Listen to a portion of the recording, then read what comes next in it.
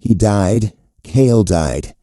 This man was the only meaning of her life in this world where she was so alone. Her bare feet, worn out from walking, stepped on the cold floor of the church. She didn't even notice how her feet hurt, worn out without shoes. Her lips were dry and trembling. Her eyes looked ahead, seeing nothing but the face of her late lover. Unable to bear the new wave of hysteria, she fell onto the cold floor of the empty church, a cry of despair escaping from her chest. No, he didn't die. Her Kale didn't die. They killed him.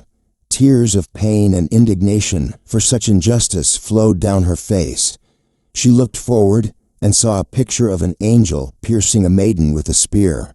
The girl banged her fist on the floor in helpless despair, praying to all the saints, to God, if he exists. If Kale was destined to die abandoned like this, then what reason did she have left to live in this world? She would have given her life just to save her dear and beloved person. The last thing the girl saw was a bright and unearthly white light. So our heroine, suffering from the death of her lover, from the novel she read and who was the meaning of her life, was reborn as Hestia and ended up in that very novel. She didn't remember that last moment in the church on the cold floor and the oath to the higher powers. She thought that she must have fallen asleep because of the continuous reading of the book, and when she woke up, she turned out to be some kind of superfluous and unknown character, who was not in the novel. This Hestia, into whom our heroine was reborn, was not only beautiful, but also very rich. Hestia had no family, and where her wealth came from is also unknown. In novels, such characters usually appear to save or kill someone. But who this Hestia is, about whom there is not a word in the novel, is simply a mystery. Well, it's still so cool to understand that you have a lot of money, and you can live freely and be a fan of your favorite hero. The first thing Hestia did was go to the right person to buy the status of a noblewoman, any. But she needed to get to the ball, and without the status of a noblewoman, she couldn't get there. At first, the man wanted to drive her away, thinking that the girl was crazy, but she made him rich for the rest of his life, and she herself received the coveted status of an aristocrat. Afterwards, our heroine, who found herself in the novel, went to the ball in the hope of seeing her beloved hero. And here's the main character Diana, with her lovely pink hair that shimmers like pearls, and sparkling sea green eyes. And this handsome guy has the status of crown prince since birth. The perfect combination of golden eyes with dark hair. Very smart and courageous. His name is Helios. Wow, here are her favorite characters, and she will see them in real life, not in pictures in a book. It doesn't matter how it happened that she got into this novel, but it was a gift from God. That's for sure. And here he comes, sometimes heartless, and even cruel for the sake of a goal. But the best man that cannot be found in the entire universe. He is considered a minor character, with an unfortunate fate, who will be rejected by the woman he loves, and will be left with unrequited love. Yes, that's right. This is her favorite, the most handsome man in the world. You won't find anyone like him, and his appearance is a work of art, Kale himself. She spent a lot of money just to see them at this ball, and especially her favorite. As if in a museum where the best works of art are collected. These three look like a painting, but Kale is the best of them all. Probably everyone thinks so too, but Hestia didn't even dream of greeting them. There is an aura that cannot be reached. Since she was reborn as an extra character, she couldn't go up to them and greet them, but it was still cool just to look at them. The world in this novel moves according to its own laws, as intended, without problems. And Diana is a saint patronized by the great God, always on the side of the weak. She was considered the only hope of the empire, where all kinds of vices raged.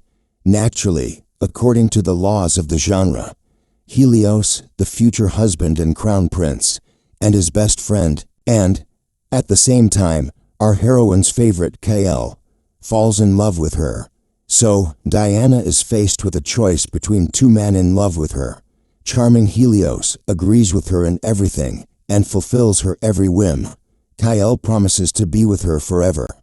Diana is at a loss for choice. Of course, the novel included the evil character, Duke Orcus, the head of an aristocratic sect, with his daughter, Duchess Ratona.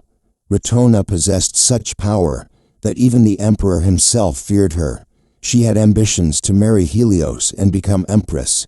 But for Diana, the favor of the crown prince was a thorn in the side. Ratona told her that she was just a low-class simpleton who was no match for the ruler of the empire. Diana's fans didn't pay attention to her status, but Ratona gave an ultimatum. Either her father creates a new principality with himself at the head, or Helios marries her. The imperial family depends on the opinion of the nobility, and Helios had no choice but to marry Ratona. Eventually, Kale took revenge for his friend and lover by poisoning Ratona and her father, forcing them to drink poisonous tea. And after that, the Trinity lived happily ever after, until Diana found out what Kale had done. In the end, Diana accused him of cruelty. How could he destroy them like that? Kale became a cruel monster. He tried to apologize, begged for her mercy. But Diana considered that he had no right to do so. And the most terrible thing for Kale was Diana's order to leave her life forever. And she turned away from him forever. And he was left alone, abandoned by his friends. Since Helios, understandably, took the side of his beloved, Helios and Diana got married. Everyone blessed them. But this wedding would not have happened if it weren't for Kale, who cleared the way for them.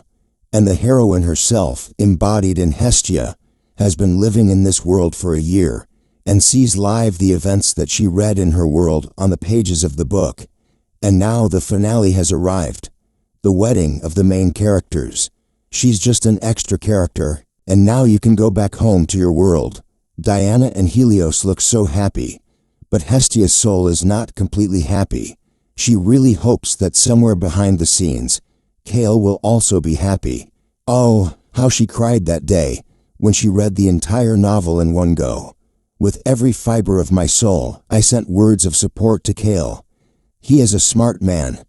Let him not get hung up on fleeting love. Live proudly and sweep unhappy love from your heart. It was time to go back, but Kale still hadn't come. And I really wanted to see his face one last time. How she prayed for his happiness. And a year later she met her beloved. He looked like a ghost and stood on the threshold of death. By some unprecedented twist of fate, the universe gave them the opportunity to see each other. But knowing the ending of the novel, you understand that it has come to its end. If you return to your real world, you may not even dream of your rich and unemployed life like here. But then you can see your family and friends. And if you tell me where you lived for a year, no one will believe you. The girl fell asleep and thought that she really missed her family and friends. But in the morning she woke up again, in the same place in the novel. She didn't return to her original world. It's strange. Okay, just a day has passed.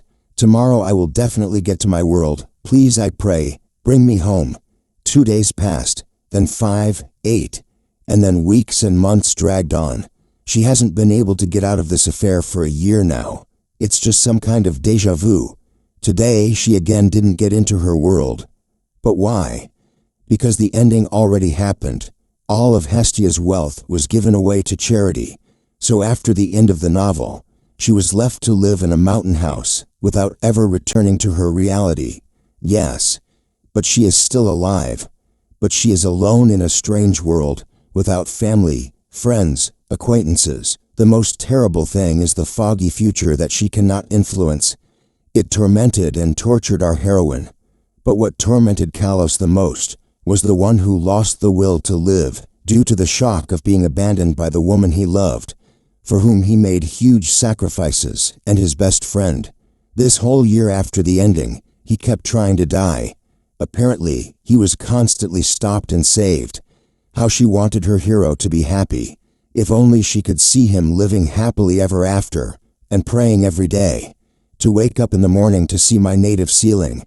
And if there was such a book where Kale has a happy life. But there was still no awakening. It seemed like reality was mocking her.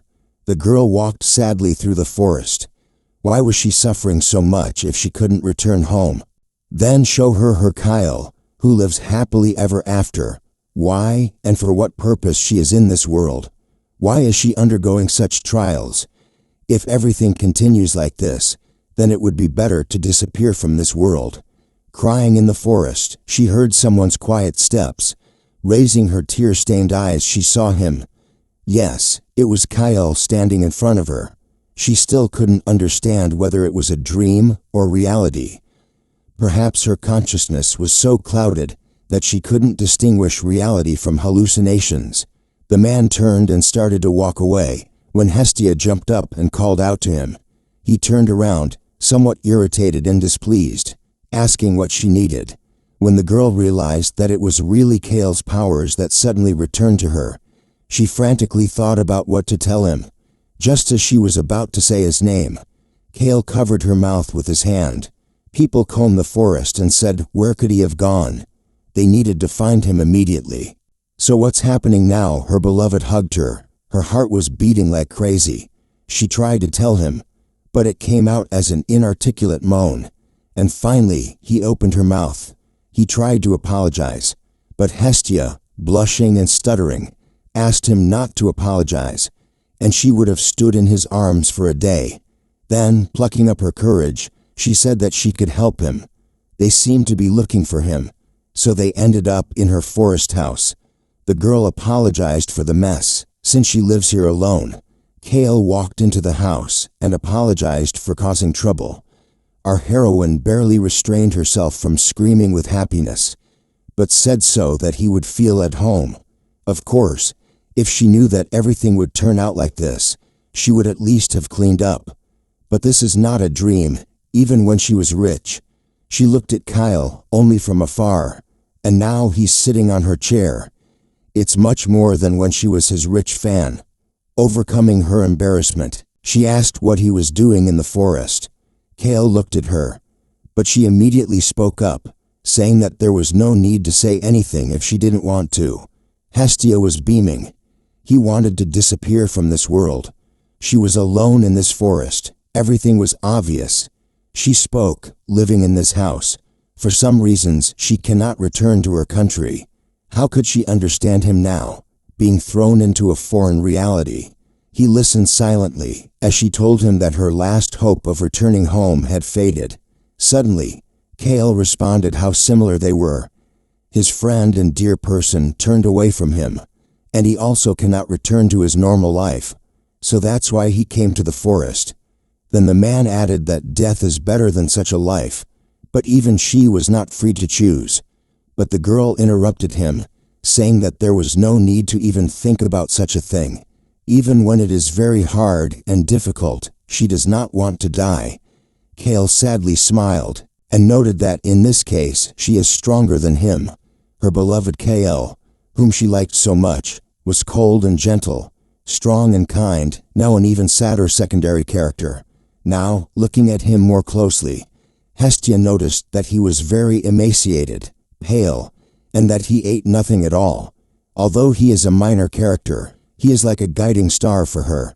She already misses him seeing him here. When suddenly the girl turned around sharply and told him to wait for her here. She had been locked in the affair for a whole year, for this moment. The girl ran to the market to cook something tasty for her beloved. For him, for Kale, she will give him back his will to live. He will definitely feel better. And then she will cover him with a warm blanket, and he will sleep. And then they will walk in a beautiful place and chat. Even though they are not the main characters, they can take care of each other. When she returned home, she saw Kale lying on the floor covered in blood, with a knife lying nearby. She looked and could not comprehend what was happening, and in a trembling voice she called his name. Just a minute ago, she dreamed of how they would live together. Covering her mouth with her hands, she suppressed the scream that was ready to break out. It can't be. How is that possible? She only just gained a clear understanding of why she was in this world. The girl was crying. It was terrible. Why did she have to go through this? Embracing the body of her dead lover, who had never known about it, she lamented bitterly. On the table lay a note from Kale, apologizing for dirtying the house, promising compensation for everything, with his signature at the end. Kale's death was the main news in the newspapers the next day, but only for a day. Even the death of the Marquis was forgotten because of the scandal between Diana and Helios. The newspapers wrote about the disagreements between His Majesty and his wife, where the empire was heading, and then they wrote something like love cooled down so quickly, and only 2 years had passed. After Kale's death, our heroine's life became even more empty and gloomy. She was often angry, her health was undermined. She had no strength to take care of herself, just life and emptiness without hope and regret. She sometimes came to church. Everyone avoided the gloomy girl with an empty look. She could push someone without even noticing. So much did the pain in her soul become her normal state. Someone said looking after her, "She comes to church every day. It would be nice to talk to the Holy Father." Occasionally, snatches of voices could be heard talking about Helios, who had not come to the temple since he became crown prince. Well, he has status. Who would want to date commoners? There were times when they said something about Diana, but she didn't remember. Her new world had collapsed. Kale was no more. He died by his own hands. Again that picture where the angel plunges a dagger into the maiden. He suffered so much that he did not want to live. She lies again on the cold floor. It was they who tortured him. It was they who killed Kale. And again a prayer and an oath. If there was a God in this world, if Kale was destined to die abandoned, and if there was a reason for her life in this world, she would give her life for him. Like the soft and familiar ceiling, she was reborn as Hestia again when she had wealth before moving to the mountains. She was in the temple, so which of the saints transferred her here again? They apparently didn't know who she was. Otherwise they would have moved her back to the mountain house. The girl, sitting in bed, looked at her hands. They were white and tender. Getting out of bed, she tossed and turned and realized that her headache was gone. She didn't feel tired. She was full of energy.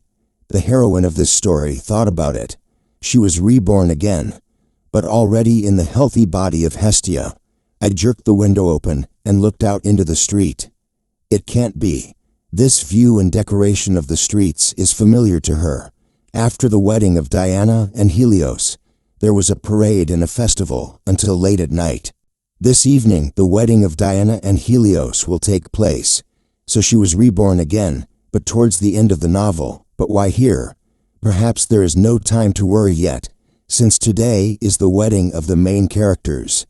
And also, the day Kale made his first suicide attempt, the girl ran out into the street. Running up to the cabbie, she demanded that he immediately take her to Marquis Kale. What if she had another chance? No, she would not reconcile Kale with the already married Diana. If Helios, the main character, courted Diana with fiery passion, then Kale, like a summer breeze, gave her everything he had, and Diana never even thanked him once, taking everything for granted. The girl resolutely left the carter and headed towards the gate, where the guards ordered her to stop. She wants to make sure that his devoted love for Diana is not wasted. Approaching the guards, Hestia said that she had an important message for the Marquis. But they told her that they didn't let just anyone see him. The girl looked like a witch. Her eyes were glowing. Her hair was disheveled. She screamed that she saw Saint Diana. While they turned away, she ran inside. She ran through the palace without remembering herself, the servants shouting after her who she was. Her thoughts were about Diana, about making her realize how much Kale had done for her. She flew into the Marquis's room, scaring away his guards at the door, just as he raised a knife to his throat. In an indifferent and tired voice, he asked who else had arrived. She screamed, and the butler almost lost consciousness. She walked resolutely towards the already frightened Marquis, thinking about her plan of action. First of all, she wants Diana to regret breaking his heart. Before he could react, Hestia knocked the knife out of his hands, pushing Kale away, who hit his head. He scratched the sore spot and asked what she was doing. She screamed that her name was Hestia, internally vowing that she would do anything for her beloved. And she said out loud that she wanted to become his Marquise, decisively and categorically. This is Euros. the butler who took care of Kale after the previous Marquis. He replaced Kale's parents, was faithful and devoted, and respected his master. He believed that even though his master had been betrayed, he would be able to survive it and become his former self. And now he was looking at the pogrom in the room. In broad daylight, some girl bursts in, and he proposes to the Marquis to marry her. Uros's brain tried to digest all these events, but it didn't work. Hestia stood in front of him and said that she did it, but then she quickly spoke up, saying that she had no choice, thinking that she would have done even worse, just to prevent her lover from dying again. Now she can control the plot, since she's here. Kale was sitting on the floor.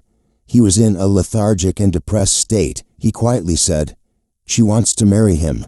Hestia got nervous and tried to justify herself. She didn't quite mean it that way. But he lowered his head and covered his face with his hands, looking so pitiful and broken. Then, calling everything trifles, he clarified that perhaps he looked so frivolous. The girl tried to say that she just wanted to save him, but without letting her finish, he waved his hand and told her to do as she wanted. She and the butler standing behind her opened their mouths, expecting everything but this. And then Kale added that she wants to become a Marquis, so let her do as she pleases. But could it really be that simple? No. Of course, she was the one who proposed to him first. But still, even though he feels bad, we are still talking about marriage. The Marquis's last words were to discuss everything with the butler. Then he showed them the door. Our heroine's head was splitting. How could this even be possible? When the first shock had passed, they were sitting in the living room with Uros, to whom the girl introduced herself as Hestia, the daughter of Lord Ile. So the purchased status of the Baron's adopted daughter came in handy, and Uros introduced himself to her in turn. The man then apologized and said that given the whole situation, he would have to ask her some impolite questions. His first comment was that she, Lady Hestia, had burst into the Marquis's room of her own free will, despite the guards who had failed to restrain her. And she didn't just burst in, she knocked the Marquis down. And as a result, the Marquis fell. But these were already rude hints, the girl thought. However, if she had not intervened, the Marquis would have already left this world. So he is grateful to her from the bottom of his heart. In the previous version, wherever she appeared, Kale did not die in this mansion. Apparently, Uros tried the most to prevent Kale's death. Well, the butler's last question was why she was so eager to get into the Marquis's room, as if she knew what he was going to do. And Hestia had no choice but to blurt out that she had foreseen it. Well, what if she says that she was reborn in the novel, and then reborn in time? He will send her to a mental hospital. Now she has become the main character of this novel, interfering in Kale's life. And then Hestia added to the butler that she could see the future. But apparently he didn't believe her. And then she began to prove her abilities with facts that she knew in detail from the novel. For example, the Marquis had recently given him a pink diamond to present as a gift to Saint Diana. The butler broke out in a sweat, and a pleased Hestia added that he never handed over the diamond, so it was in the third drawer of the Marquis's office, and only the butler and the Marquis knew this secret. Uros stood in deep thought. She certainly amazed him, but there were still some doubts. The girl then said that Marquis Kale would continue to attempt suicide, and she could save him. After all, she can foresee the future, which will allow her to prevent the Marquis's mistake. But in order to save the Marquis, she must be nearby, and for this she needs certain powers. In this way, the girl explained the reason why she wanted to become a Marquis. She suggested drawing up a receipt that she would never be the mistress of this house. Hestia spoke confidently and convincingly, also adding that she understood how all this sounded from a stranger. Uros could criticize her for taking advantage of the state of the Marquis, who was currently not entirely healthy morally and physically, but she would not do anything that could harm the Marquis. 1. Hestia spoke confidently and convincingly, also adding that she understood how all this sounded from a stranger. Uros could criticize her for taking advantage of the state of the Marquis, who was currently not entirely healthy morally and physically, but she would not do anything that could harm the Marquis. Uros listened to the girl. Yes, her words sounded convincing. But of course there were doubts. Hestia thought that the butler could throw her out right now, and then she would not be able to do anything. But the man replied that such matters were not his to decide. She needed to go and rest, since it was too late for the girl to return home, and in the morning there would be a conversation with the Marquis. The man bowed politely and invited the lady to go and rest. Our heroine was very tired, but she understood that she had gone too far. She needs to think of a plan to save her beloved and make him feel sorry for those who hurt him. I will definitely save you, Kale. I will not let you end your life. Left alone, the girl exhaled. She had not expected anything like this from herself today. Her inner self told her that she had acted very recklessly, too impulsively. She is sleeping, and is it a dream or not? She heard voices. Is it true that she wants to become Kale's wife? Well, marriage is a responsible step, even if she is inside a novel. In fact, at first she expected to become, well, at least his secretary. But the little devil, her real self, said that no. She did not want to become his secretary, but his wife. The girl in her dream ordered the voice to shut up, although when she saw him on the threshold of death, she realized that being just a secretary was not enough. In her sleep, she could give free rein to a stream of consciousness, justifying her actions. Even if she pretended to be a seer, she would become anyone, just to save Kale. That was her only goal in this world. Well then, we are at your service. Hestia heard. Remember this, we are close by. And then the girl saw herself in a nightgown, or rather her double standing opposite, and asked in surprise, "Who are you?" and opened her eyes. She looked around the room, stretched, and thought, what a strange dream I had. When Hestia had tidied herself up and left the room, the butler politely asked if she had been comfortable and if she had slept well. Our heroine smiled charmingly and said that she had slept well.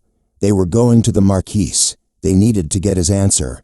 Uros told the girl that, although she sees the future, she calmly awaits the Marquis's answer. Does she really look like that? She felt awkward and asked how the Marquis was feeling today. The butler teased the girl again. Why was she asking? She should be able to see the future. Nervously, with a trembling voice, Hestia justified herself by saying that she really does see the future, but she can't see such small events. The butler apologized and said that he was joking, but the girl was in no mood for jokes, that he wanted to finish her off. They walked down the long aisles of the palace, trying to ease the tension. Hestia noted that she was glad to see some of the boundaries between them being erased, to which Uros replied that he was still not sure what the right thing to do was, although it could not be denied that she had saved the Marquis's life. And then he stunned her with the fact that he had been preparing documents all night, since the Marquis had said something yesterday. The girl felt uncomfortable that she was sleeping off while Uros worked all night, but the man replied that she could look through the documents, but she should speak more carefully with the Marquis. He was better, but still he had not fully come to his senses. Hestia calmed him down and asked for fruit punch and brandy when they were done, which again amazed Uros. These were his favorite treats, and only he knew about them.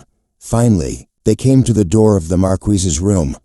Uros knocked and said that he and Lady Hestia had arrived. They entered.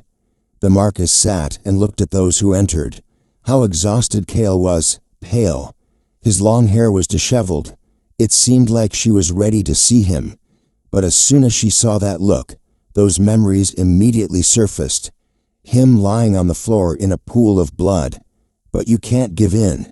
You won't make any progress with such internal blocks. And pulling herself together, the girl wished the Marquis a good morning in a cheerful voice. How nervous she was inside. She couldn't take a breath.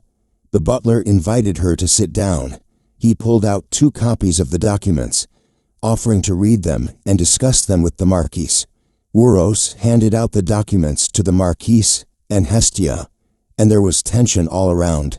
So, according to the documents, Hestia can use the status of a Marquis, if not be independent. Then in terms of powers she is equal to Kale, and as the wife of the Marquis, she can use his property. Uros composed everything correctly, albeit hastily. Our heroine, after reading it, said that she does not need the property and money of the Marquis. She is not a swindler who wants to steal his fortune. Uros looked at her for a moment and said that he would remove that part then. He then told his master that if he agreed to marry, but he did not finish the sentence, because Kale, without finishing reading, quickly signed. Hestia and Uros's jaws dropped. They hadn't even finished reading or edited the part about material property. The Marquis rubbed his head tiredly and said that he didn't care. Just let them not make noise. And again that look. Hestia tensed like a string. But instead, she stood up and smiling turned to her beloved. Having made a curtsy according to all the rules of ethics, the girl promised him that he would not regret it. Kale turned away tiredly and quietly told her to leave. When she and Uros went out into the corridor, he apologized for the owner. But the girl said that she needed to go to the temple. To his surprise, what was she doing there now? The girl, running away, shouted that she would return what was due to the Marquis. So let's start with Diana, who was prayed to and worshipped. Diana was a saint with divine powers, but because she was a commoner, her position in the temple was not secure. Kale donated his most fertile land, Ilion, to the temple for Diana's sake, which allowed Diana to achieve a solid position. She became the wife of the crown prince and lived happily ever after. Here's another thing. Kale gave her the land for free and she abandoned him so coldly. No, she won't leave it that easily. As Hestia left the carriage, she thought about how she would tell her everything to her face. How Kale had tried for her. One of the church servants ran up to her, out of breath, recognizing the Marquis's carriage. And where is the Marquis himself? He arrived without warning. The girl interrupted him by saying that today she was in his place. Smiling her charming smile, our heroine introduced herself as his wife, Lady Hestia. But instead of being surprised, he whistled and snorted, as if to say, "Yeah, tell me." Without hiding his irony, he advised the girl to lie more intelligently. What a wife! Everyone knows that he cannot forget Diana. She did not listen to his ridicule, and confidently went to the temple, declaring that she did not have time to explain anything to the idiots. He tried to stop her, but the girl took out a handful of gold coins and threw them at the servant's feet. Her generosity and money did their job. Hestia demanded to be taken to the high priest, who happily agreed to take her where she needed to go. The young church minister greeted her helpfully and said that he was at the young lady's service. Hestia irritably stated that he was not a high priest and would not be able to convey her words properly, but he noted that it was very difficult to get to the high priest. But let the lady not worry, he also has a high rank. He clarified that the lady introduced herself to the clergy as the Marquis's wife, and he understood correctly. He's checking her out, the girl thought, and taking out the letter, she handed it to the church minister, stating that they had just gotten married today, and that this was a document with the signature and seal of the Marquis. The attendant and his assistants were clearly taken aback, and the signature and seal were genuine, at least not looking like a forgery. Maintaining a saccharine smile, the young servant handed over the document and asked to check it. Hestia nodded in agreement, but silently cursed him as a bastard. Well, while the document is being checked, maybe she will tell what brought the lady to the temple. Our heroine clearly and directly said that she wants to return the land of Ilion, once granted by the Marquis. The attendant shouted, "How dare she!" This made him angry. She asks to return what was given to God. But isn't she afraid of punishment? Trying to stay calm? Hestia drank tea, because her throat was dry of course. But what did she expect? That they would just return such land? Smiling, the girl said that at one time the Marquis gave the land to the current wife of the crown prince, glorified as a saint, and not to God. Well, now that the saint is no longer in the temple, the earth is no longer needed here. It finished off the priest Hestia. Her piercing gaze pierced the temple minister. She knows perfectly well that the church, blinded by greed, appropriated Diana's property, and then, fearing Kale's wrath, generously accepted Diana. Regression is no joke. She read the novel from cover to cover. All the details are known, even the smallest ones. He stood up and said that it was not within his authority to decide such matters, and ran off so quickly that Hestia did not have time to come to her senses. So the words worked. If not, then it would have been necessary to threaten the image of Diana and the clergy. It's good that it didn't come to that. It's a pity she can't tell the world about Diana's cold-bloodedness. When will that come? Suddenly, a man's face appeared above her, and the girl almost fell out of her chair from surprise. The high priest, our heroine, looked at the man who said with a sly smile that everything had been reported to him. He stated that the authenticity of the documents had been checked and also clarified that his children had not violated the borders. It won't be easy with him. The high priest had a frightening look, saying that he was sorry that the Marquis had come all this way, but it was impossible to return the land. After all, the Marquis knew that the land of Ilion would not belong entirely to Diana, so the land now belongs to the temple, and not without reason. After these words, a shudder passed through Hestia's body. Internally, she reassured herself. She needed to remain confident. Raising her eyes confidently to the high priest, the girl declared that she was now a Marquise. He wanted to end the conversation, but our heroine continued to cut straight, declaring that Diana, whom everyone considered a saint, showed extreme cruelty towards her current husband. She is a villain who used the Marquis to maintain her position, and the temple used this to their advantage. I wonder what the reaction will be if such headlines appear on the front pages of all the newspapers in the empire. The high priest clenched his fists and seemed to be holding back with all his might from attacking Hestia, but putting his hand to his chest and pretending to be innocent, he said that he did not understand what the Marquis was talking about. Yeah, okay, your clergy has pulled off worse tricks. Doesn't the temple do everything for its own benefit? He banged his fist on the table. He was nervous. He could barely contain himself. Yes, it was a shot at the corruption of the clergy. It would wipe the smile off his face. The girl continued to expose the truth about Diana, calling her a faithful dog of the clergy, exposing her duplicity by using the pure love of the Marquis, and seizing the land. If you think about it, some aristocrats still don't like the fact that the crown prince's wife was a commoner. Well, if we add these facts, who knows how people will react to this?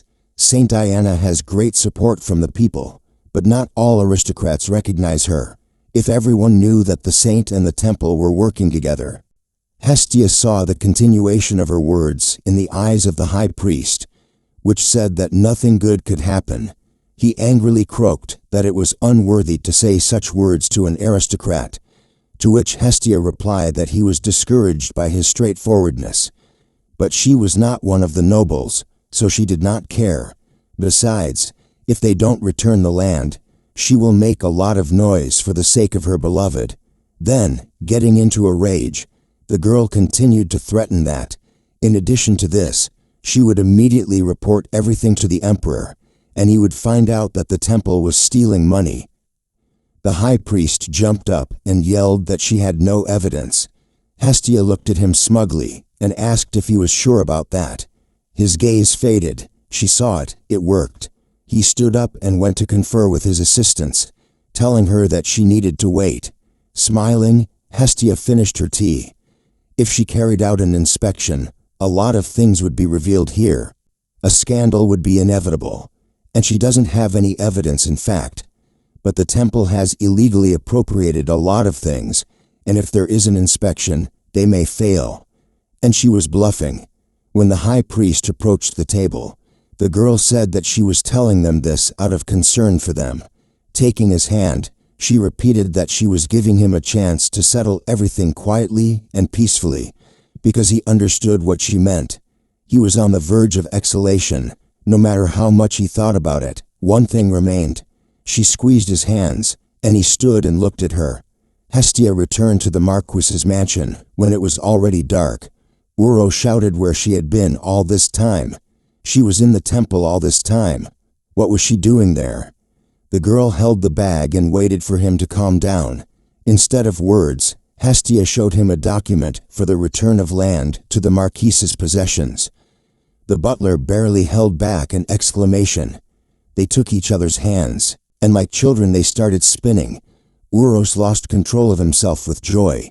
She was able to return the land of the Marquis. It was incredible. Kale watched their joy and happiness from the window of his room with some indifferent observation.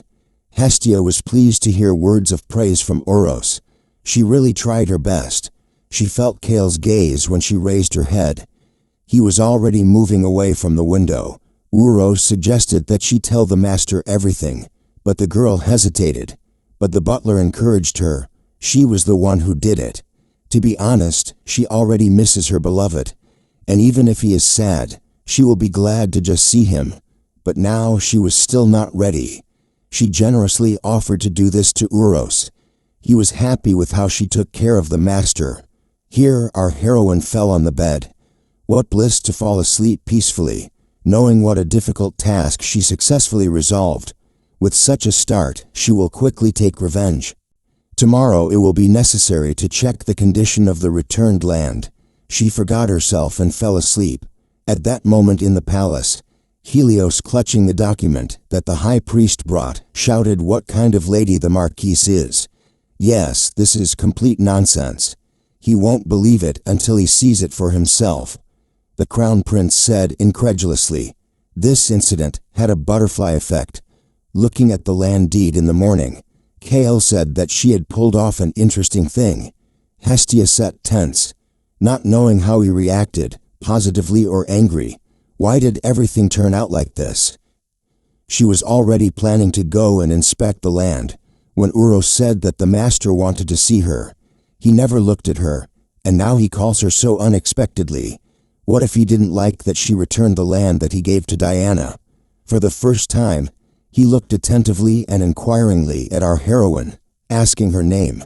She is now sitting and also looking at him, trying to understand what he is thinking about. The girl added that she was the adopted daughter of Lord Ely. He read the newspaper that she brought for him and noticed that she had not been an aristocrat before. He then continued to look at the document on the ground, occasionally glancing at Hestia. Then he asked her point blank, addressing her by name for the first time, why she had married him.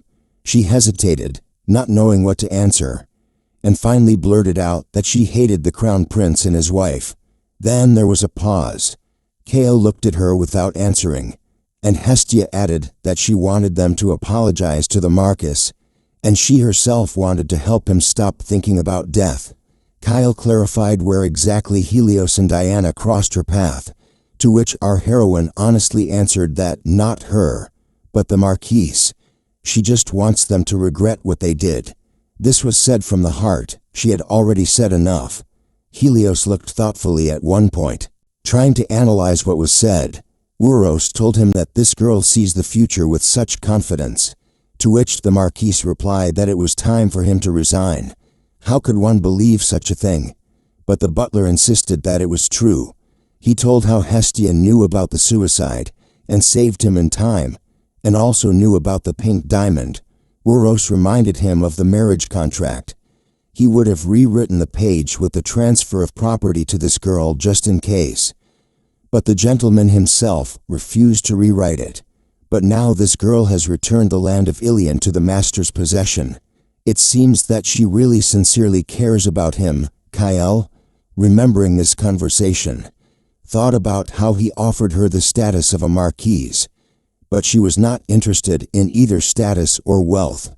She took the initiative to return the land to Ilion, and it was all for him. but they had never even met before.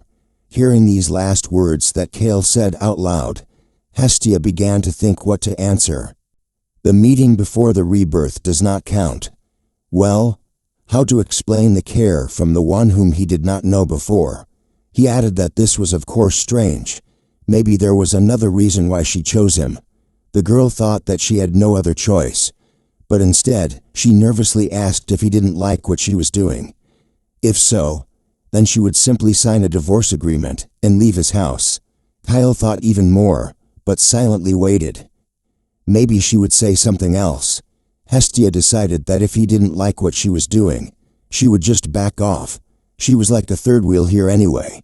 But Kale told her that Helios had sent a letter. As he had already sent a letter, he then added that it was her business, so let her finish it herself. He was not going to interfere. In fact, he was even interested in how it would all end. And at the end, he added to the stunned Hestia that she should do as she saw fit. So that's how it is. Now we can breathe a sigh of relief. And as she leaves, she said that she will meet with the crown prince. The only thing she asked for was proof that she was not an imposter, to which Kale promised to write a handwritten letter. That would be enough for Helios. And now she could go. Uros took this news very seriously, informed all the servants. Lady Hestia must be at her best. The maids began to bustle about. Their mistress would meet with the crown prince himself. The best outfit, jewelry, cosmetics. They did a great job, Hestia gasped. She didn't even recognize herself right away. The maids looked at their mistress with admiration and said to each other that she was already pretty. But now she was simply a beauty. She had only recently become the Marquis's wife, and they were taking such good care of her. The servants simply loved the Marquis, and were glad that Hestia had returned the land to Ilion. It's so strange. They admire and trust her. Although according to the plot, the main favorite in this novel is Diana. All eyes and admiration are focused on her. If she's going to meet the two most beautiful people in the world, she definitely needs to be prepared and be on their equal. Having promised never to lose, she went to the meeting, and there the two of them stood before her. The main characters of the novel. Oh, she got carried away. Her legs were buckling. How beautiful they were. But the girl made a curtsy and greeted them, calling Diana and Helios the sun and moon of the empire. Helios could barely contain his anger and irritation, and Diana looked at the Marquis's wife with some fear and curiosity. Then Diana asked if they had ever met before. Hestia remembered well the first time she saw Diana, appearing on the pages of the novel. She was the embodiment of light, dressed simply but elegantly. She smiled and healed people's wounds. She was truly a saint for everyone. It's no wonder that people simply idolized her. Hestia looked at Diana and thought that it was impossible not to love the main character. Now this saint, having thrown off her simple clothes, changed into luxurious outfits, and appears only in luxurious places, became a member of the imperial family, and goes everywhere with her husband, the crown prince. Pretending to be innocent, Hestia smiled and said that she must have been mistaken for someone else. They sat down on the sofa in the living room. For some reason, our heroine found all this so amusing. She handed Helios and Diana the marriage document and a personal letter from Kale, claiming that her husband had said that this would be enough to prove that she was not an imposter. This clearly angered the crown prince. He realized that it was Kale's handwriting, which he knew well, and it infuriated him. Diana also took the letter and the document in her hands. She was tense as a string. The princess said in a somewhat dejected tone how Kale could marry so hastily. Apparently, this hurt her pride. Her husband confirmed her words. Helios is not the type of person to make hasty decisions, but the letter is written in the Marquis's handwriting. This woman arrived in his carriage, and the marriage document is genuine. They understood everything. Well, what faces you guys have? No matter how you look at it, she is the wife of a Marquis. Doubt it as much as you like. Finally, Helios began to talk about how, even if she was a Marquise, threatening the temple by demanding land, was an abuse of power. Diana tried to stop her husband, and Hestia watched them thinking, if there are no holes in the facts, then where is he digging? Then, in a calm and cheerful voice, she answered that these were no threats. She was simply stating the facts to the Holy Fathers. That's all. The land that was dedicated to Diana, who was holy, was given to the temple. So this is extortion using the position of the high priest. Diana stood up and nervously declared that the temple has no private property. Everything that is dedicated to the temple and the priests belongs to the gods. Hestia smiled at this and noted that then everything is even stranger. Doesn't Her Majesty, the Crown Prince's wife, use her God-given power only for the sake of the imperial family? Diana turned pale. The Crown Prince sat angry and gloomy. They had nothing to counter with. Hestia remembered how before her current reincarnation, when she was mortally ill, she ran and prayed to meet the saint at least once. However, the priest answered her that the saint no longer had time to deal with such a worthless person as she. Having become the wife of the Crown Prince, Diana no longer dealt with ordinary people. So, is this really in accordance with God's will? She asked Diana. Diana blushed, tried to answer something, but couldn't. Finally, Helios jumped up, and in a sharp tone ordered them to watch their language. Hestia apologized, saying that she misspoke, and thought that she needed to play on pity. Our heroine asked him if he would like the Marquis to donate land to the temple. And Diana jumped up. She continued, to be honest, the Marquis donated the land to the saint only because he had tender feelings for her. But they don't want her husband to be bound by old love. They froze in stupor. Helios could barely contain himself, and Diana blinked her eyes, not knowing what to answer. These two can even have a dispute. They need to make Kale forget about Diana forever. And for this, his past actions need to become clear to everyone. Hestia looked at these two and lied to them, saying that she was not offended by them because of her husband's past. But in her heart, she wanted to give them hell. The same hell that Kale had experienced and was experiencing. In a honeyed voice, the girl told how she and her husband were working hard on the future, building it together. Helios said harshly that the Marquis had no manners or respect. How the hell did she manage to become Kale's wife? And even the day after their wedding with Diana, Hestia looked at him with a direct, mocking gaze, motivating herself to repel the attack. She calmly and also cheerfully explained that the process of marriage is different for men and women, so it is not necessary to experience passionate love like Diana and Helios in order to get married. Helios flared up, saying that she was still going to teach them, but no. Hestia smiled. There was no need to take everything that way. He asked her point blank why Kale had chosen her, when there were plenty of girls from noble families following him. Yes, because people are not things to choose, Hestia wanted to say, but lowering her voice, she added that she had not told them everything yet. She also has a superpower like Diana. She can see the future. Those two froze with their mouths open, but Helios of course didn't believe it, and Diana was in a stupor. But that was what was being counted on. And Diana sits in fear. Well, of course, she must have believed that she was the most special in the world. But this belief will be destroyed. Then, raising her index finger with enthusiasm, Hestia said that she would predict the future, since he did not believe her. She told all this to Kale in the evening, who asked what she had predicted for them. The girl replied that they would soon catch a major robber who was raising alarm in the capital of the empire. She means the same criminal who steals only jewelry at balls. Hestia confirmed this, and also that the crown prince still did not believe her. Then he asked how Diana reacted. The girl told how it all happened, that at first she asked to return the land to the temple, and she had to tell for what purpose the gentleman of the mark gave this land. But apparently, Diana understood everything. He wanted to ask something else, but hesitated. This means he is still grieving for her. It hurts him a lot. Then Kale said that it sounds strange, but he just gave this land away, then got it back and forgot about it. But it is surprisingly comforting. The next minute, he walked up to Hestia and thanked her by name. He was so close. Then he said that he would like to express his gratitude to her. What gratitude?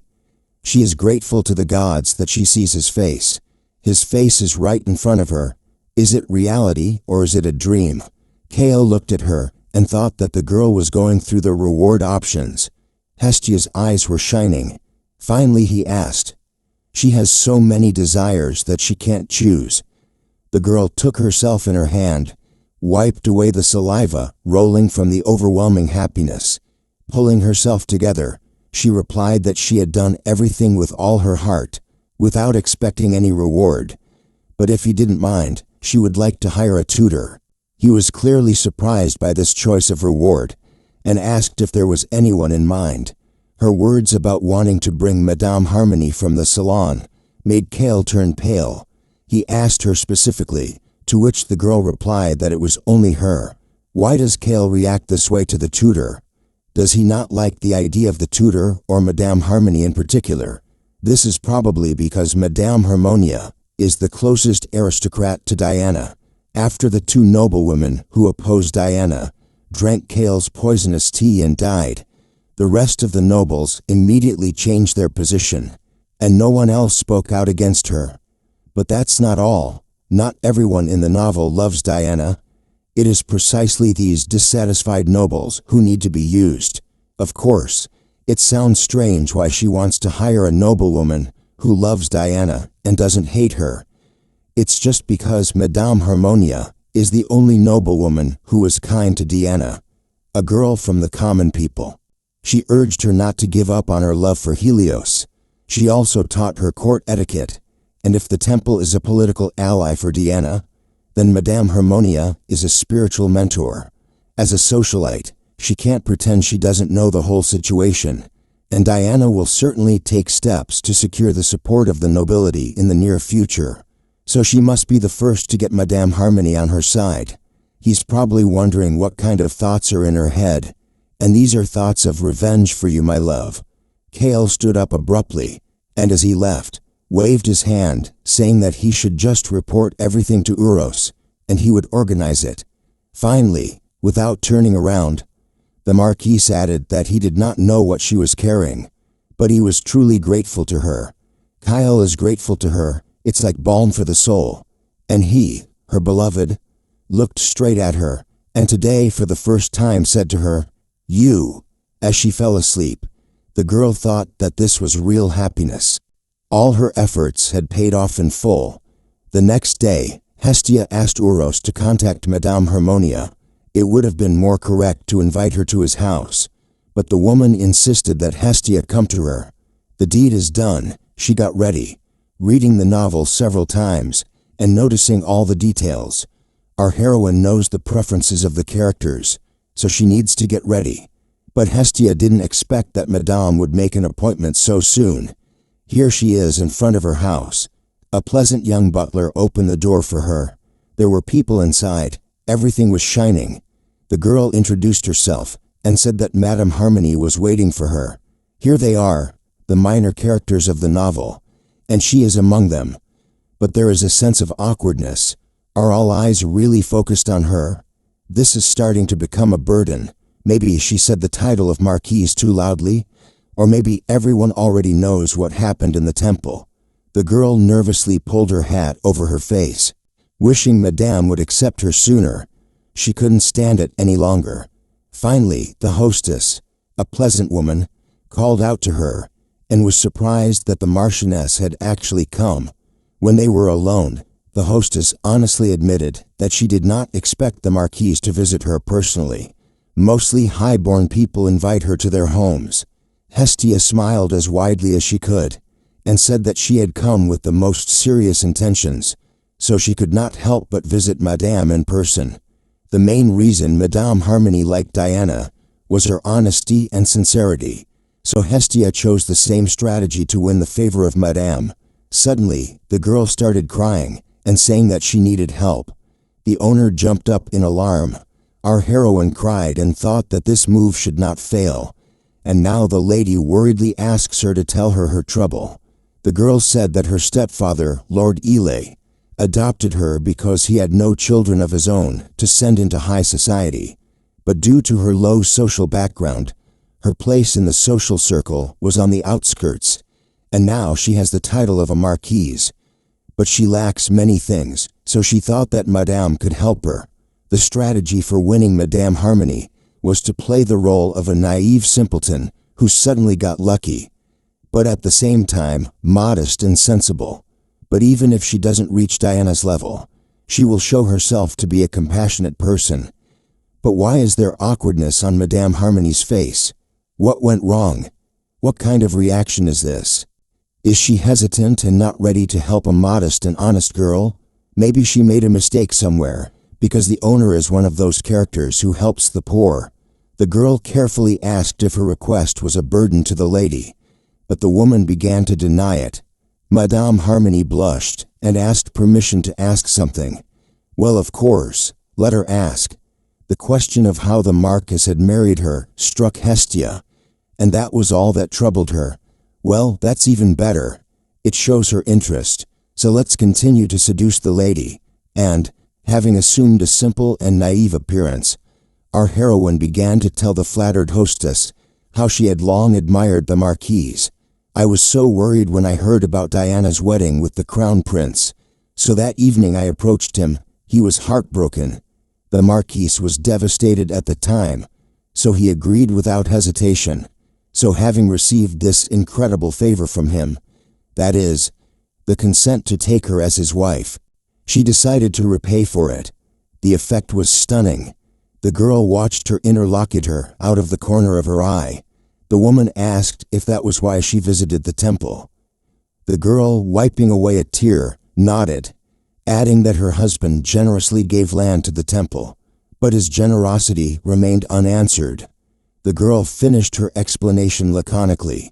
The hostess added that everyone knew that the Marquis paid special attention to Lady Diana, so everyone was worried about the Marquis. The girl replied that she knew her place well.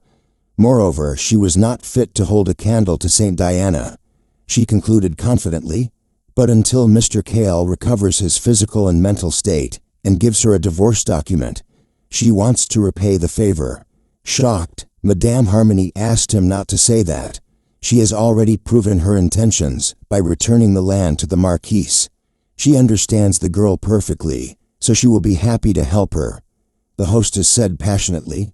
After this, Madame Harmonia literally immediately began to teach Hestia in detail social etiquette, safety precautions, fashion, meticulously.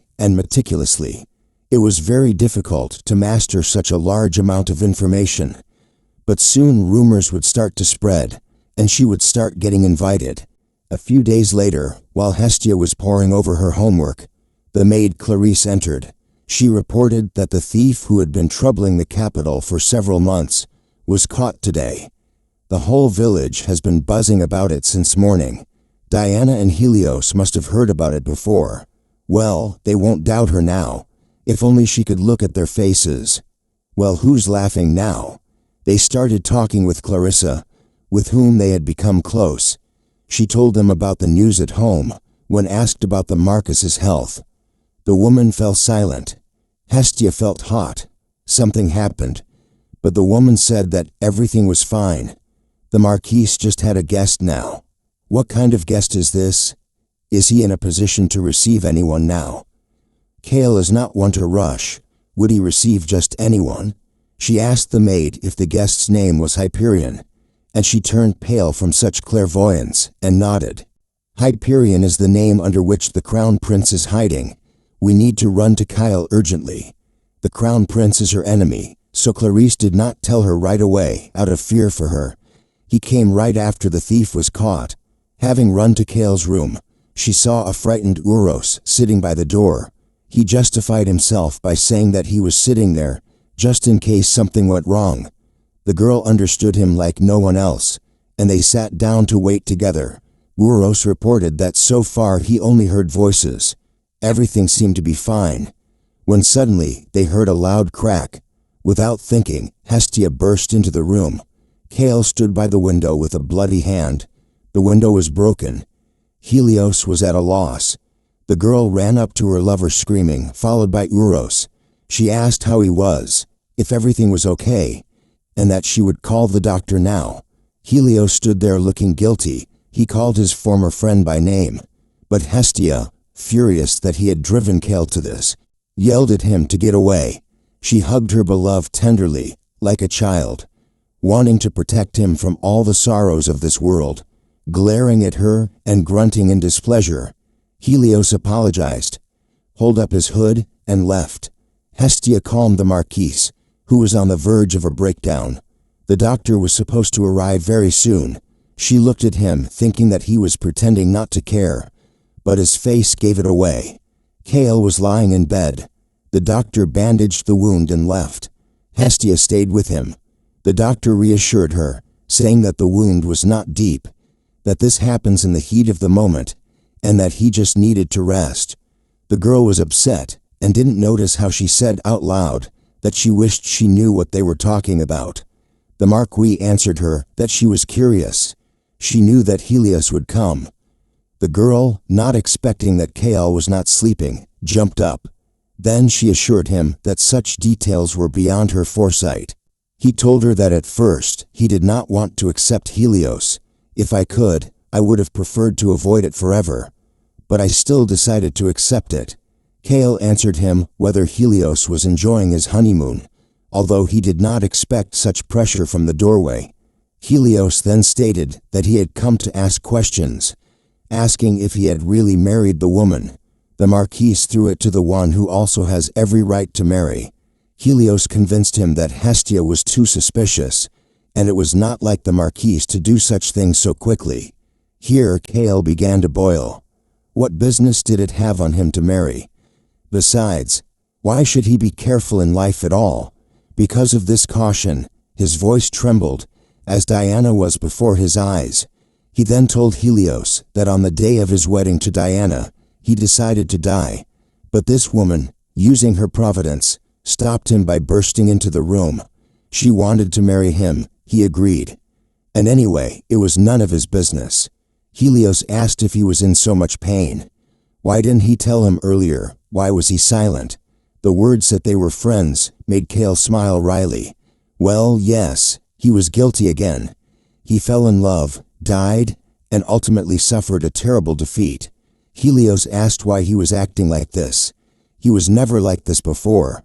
It would hurt Diana to see him like this. The words that Diana was worried about him and couldn't sleep at night from worrying made Kale angry. Why was she so worried that she didn't write a single letter?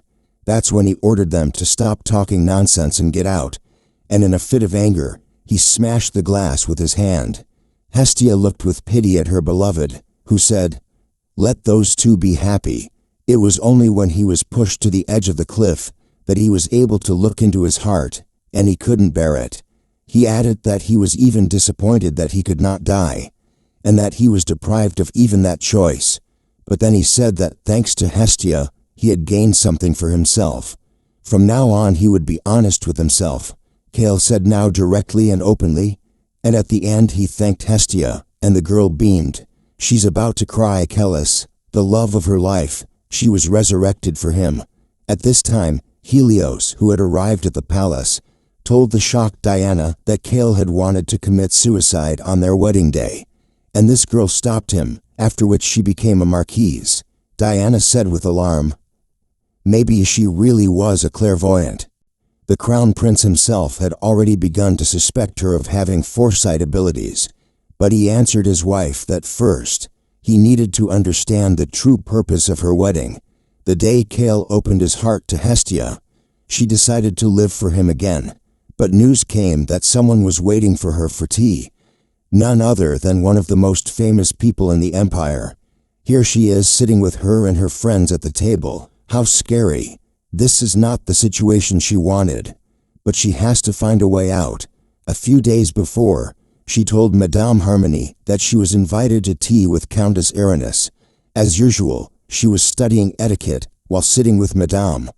But when she handed the invitation to the hostess, she screamed.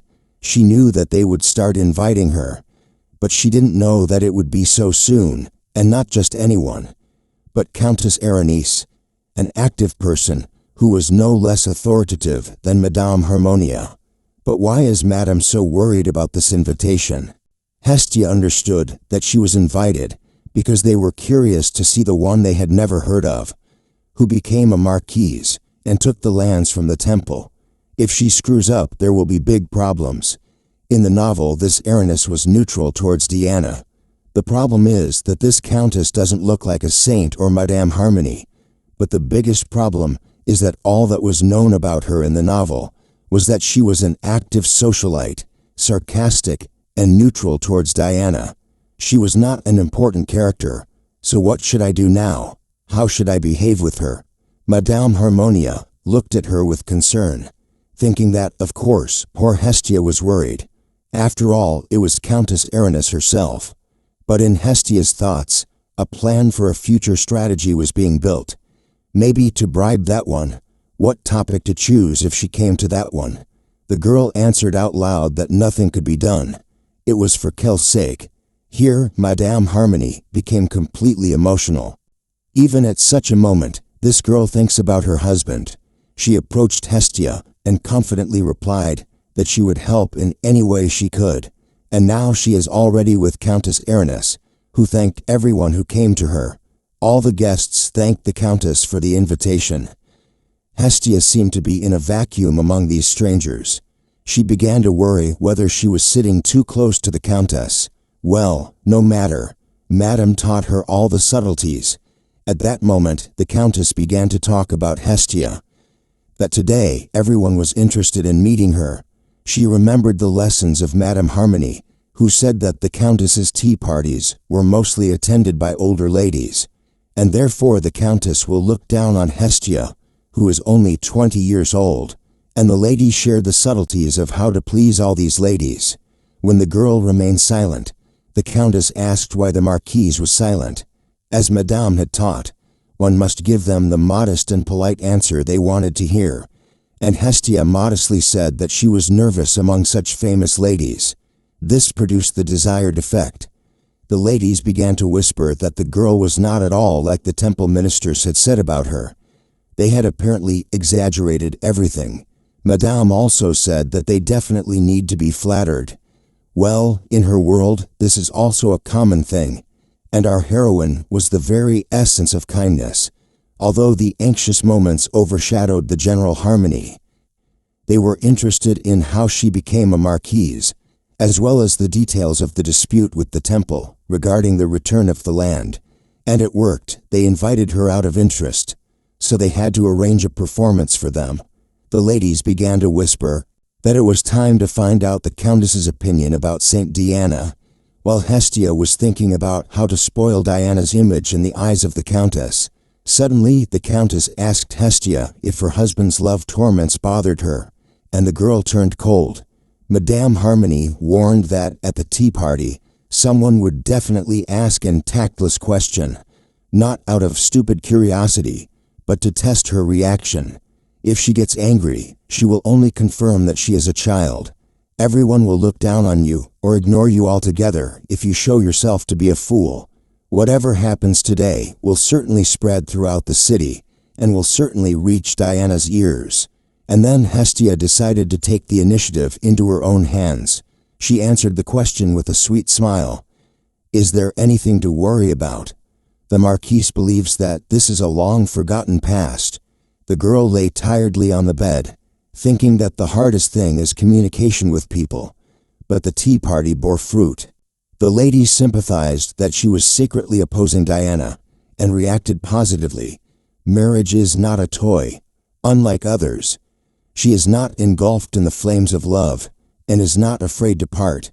She learned that the ladies don't particularly like Diana, and this gives her the opportunity to plan further actions. But the best thing was that the Countess said that the Crown Prince's wife was inviting young girls close to her to the palace.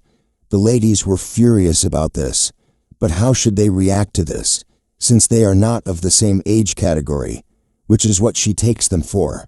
An argument began between the ladies. One said that Diana, although lowborn, was still a saint. The others said that this was not the point, but the Countess stopped them, who accused them of unreasonableness, and Hestia reflected that in the novel the Countess had a neutral position. It seems Diana had gotten on their nerves. Since her prophecy had come true, Helios would soon call her to the palace. Her thoughts were interrupted by the voice of the Countess, who added that from now on, they would wait for an invitation. But when the ladies said that they would wait for an invitation from Diana, Hestia offered to convey their message to Diana personally. They simply froze, and Hestia explained that she had recently brought a letter to the imperial palace, and it looked like she would soon have business there again. She immediately rose in their eyes. Her authority soared, because she was dealing with the imperial palace itself. But then the ladies perked up, and suggested that His Highness must be interested in Hestia. She and the Marquis parted on a good note, promising to meet again, and this was a great victory. Hestia, lying in bed, thought about the events of the day. If they get information from Diana herself, it will be worse. But if they enlist the support of the Countess and other ladies from high circles, then it will be much easier to take revenge on Diana. The girl saw that they sent homework from Madame Hestia. There was nothing to be done. It had to be done. And here is her diary, which is the second treasure for the coming changes, and number 1 is Kale. In this diary, Hestia wrote down all the major events that happened in the original novel. First notes about Kale, and then she watched the end of Diana and Helios. In other words, this diary will become the basis of her foresight. Now, our heroine was drawing up a plan of specific steps to discredit Helios and Diana, choosing a punishment for each of them.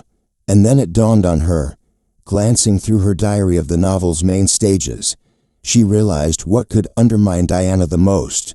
She will not back down from her plan.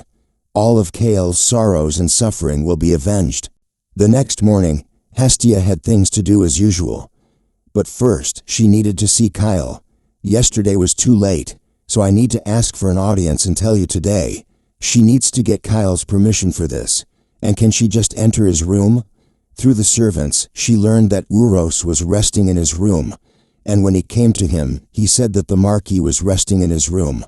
Hestia asked him to report to Lord Kale that she wanted to come to him, to which Uros replied, "Why doesn't she just come to him herself?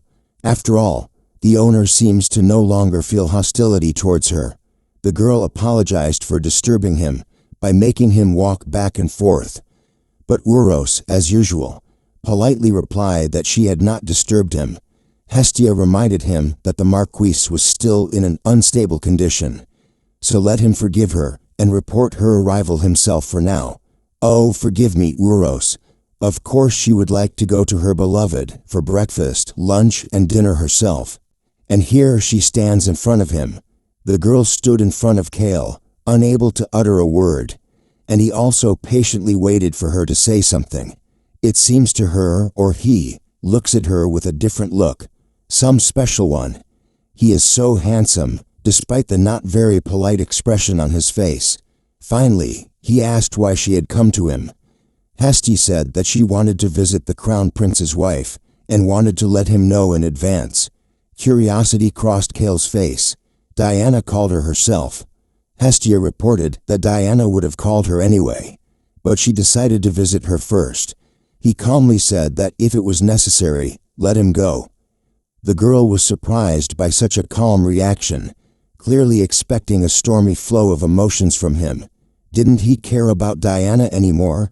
But his next words made her flush.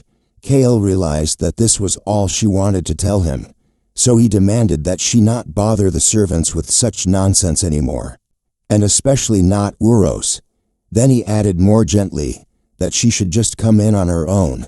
Hestia was amazed that he didn't get angry, and it was something like a step towards rapprochement. I'm just curious how he looks at her, as a commoner who cosplays as an aristocrat. Just a few minutes ago, Kale was reading a book when Uros asked Hestia for permission to enter. Without looking up from his reading, he told her to come in. But Uros did not leave. It was obvious that he wanted to add something else, and the butler asked the master if Lady Hestia could enter without his help. Kale replied that she had burst into his room, dispersing the guards, so it shouldn't bother her. Uros tactfully reminded her why the girl had burst into the room. Then Kale wearily gave the go-ahead, let her come in herself. But the servant asked for one more detail of this matter, so that the master himself would tell the girl. This would make her happy. Having conveyed from his lips permission for Hestia to enter him, and seeing her stupor, he thought that she was not particularly happy. Hestia was truly depressed. This Uros had not presented all this the way she wanted. The girl blushed and lowered her eyes. It turns out that she forced Uros and caused inconvenience to others. If you think about it, she bothered the butler and others for her own comfort. How shameful. Kale said that if there was no more business, then she was free. But the girl hesitated and said that there was one more request. She stuttered and said hesitantly that there was something in the Marquis' closet and froze. Then, plucking up her courage, she loudly asked to lend her a ring with a pink diamond. Kale gave a sad laugh, his face darkening, trembling with excitement. Hestia assured that she would wear it only once, and that she would be very careful not to scratch it, and that she would come home from the appointment and return it right away. With this ring she will definitely wipe Diana's nose, Hestia thought to herself, and out loud she assured that she would cherish the ring at the cost of her life. Kale sat and looked at her without answering. He suddenly stood up, leaned his elbows on the table, and said that this wouldn't work. And then he takes out of the closet a box with a luxurious ring with a pink stone, and the next minute he puts it in her hands, calmly and indifferently. Hestia stood with her mouth open at first and couldn't say anything. Then with her tongue dry from excitement she asked, "This is not a joke." Without turning around, Kale told her that yes, let her wear it. This ring no longer has an owner. The diamond matched Diana's soft pink hair, and for Kale it must have been a precious wedding gift that he chose with all his heart for his beloved. Hestia held the ring, not believing that he had given it to her. Having thanked the Marquis, the girl ran out of the room as if she was being chased. Even Kale looked after her in surprise. He thought that she had a face like she was about to kill a person. And then, switching to the book, he mentally wished her luck. After visiting the Marquis, Hestia immediately sent a letter to Diana. At first she wanted to ask Uros, but decided to do it herself. Uros was already too busy. It seems he was offended that the lady did not allow him to carry out this assignment.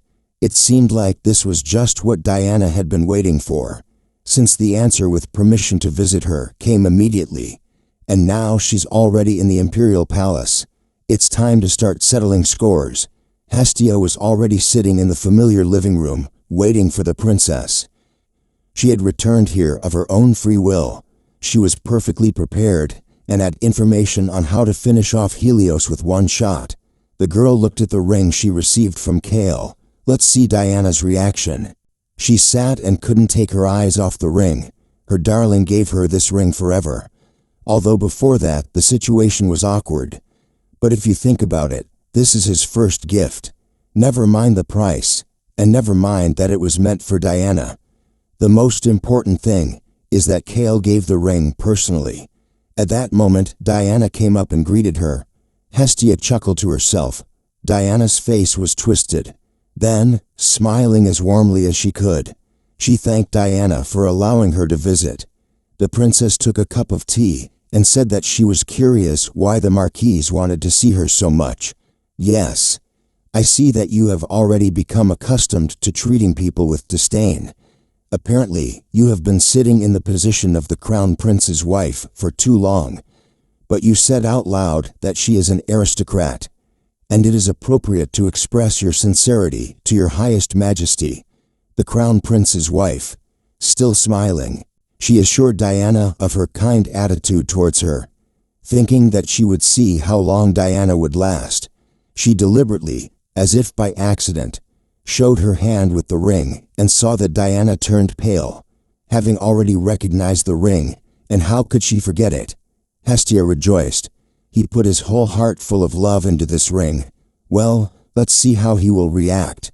But suddenly, Diana smiled, and illuminating with her charm, said that she would listen to the Marquis with pleasure. Hestia tried to read from her interlocutor's face whether she was pretending or did not recognize the ring. The girl's eye did not escape the fact that Diana lowered her eyes, looking into her cup of tea. Of course she recognized her. Diana sits tensely. "She's just pretending. Now you're more afraid of me than before." Well, Hestia wasn't going to back down. She confidently turned to Diana, calling her Her Majesty. She handed the blue envelope to Diana, saying that she should believe that she was convinced of her abilities. The princess nervously opened the letter, and Hestia explained that she believed it was best to use her abilities for the good of the country. In the letter, she outlined what Diana should prepare for in the future. Hestia waited for her to continue the dialogue, deliberately holding out her hand with the ring. There is a ring for Diana, and something special from the diary is prepared for Helios. We are talking about territorial boundaries. Around this time, bandits appeared on the territories belonging to the old duchy, in her past life Helios. That this was a trifle and did not pay due attention. "But it's not bandits at all," she said out loud. "These are enemy troops who want to test the Empire's defenses." Diana listened, turning pale and shivering.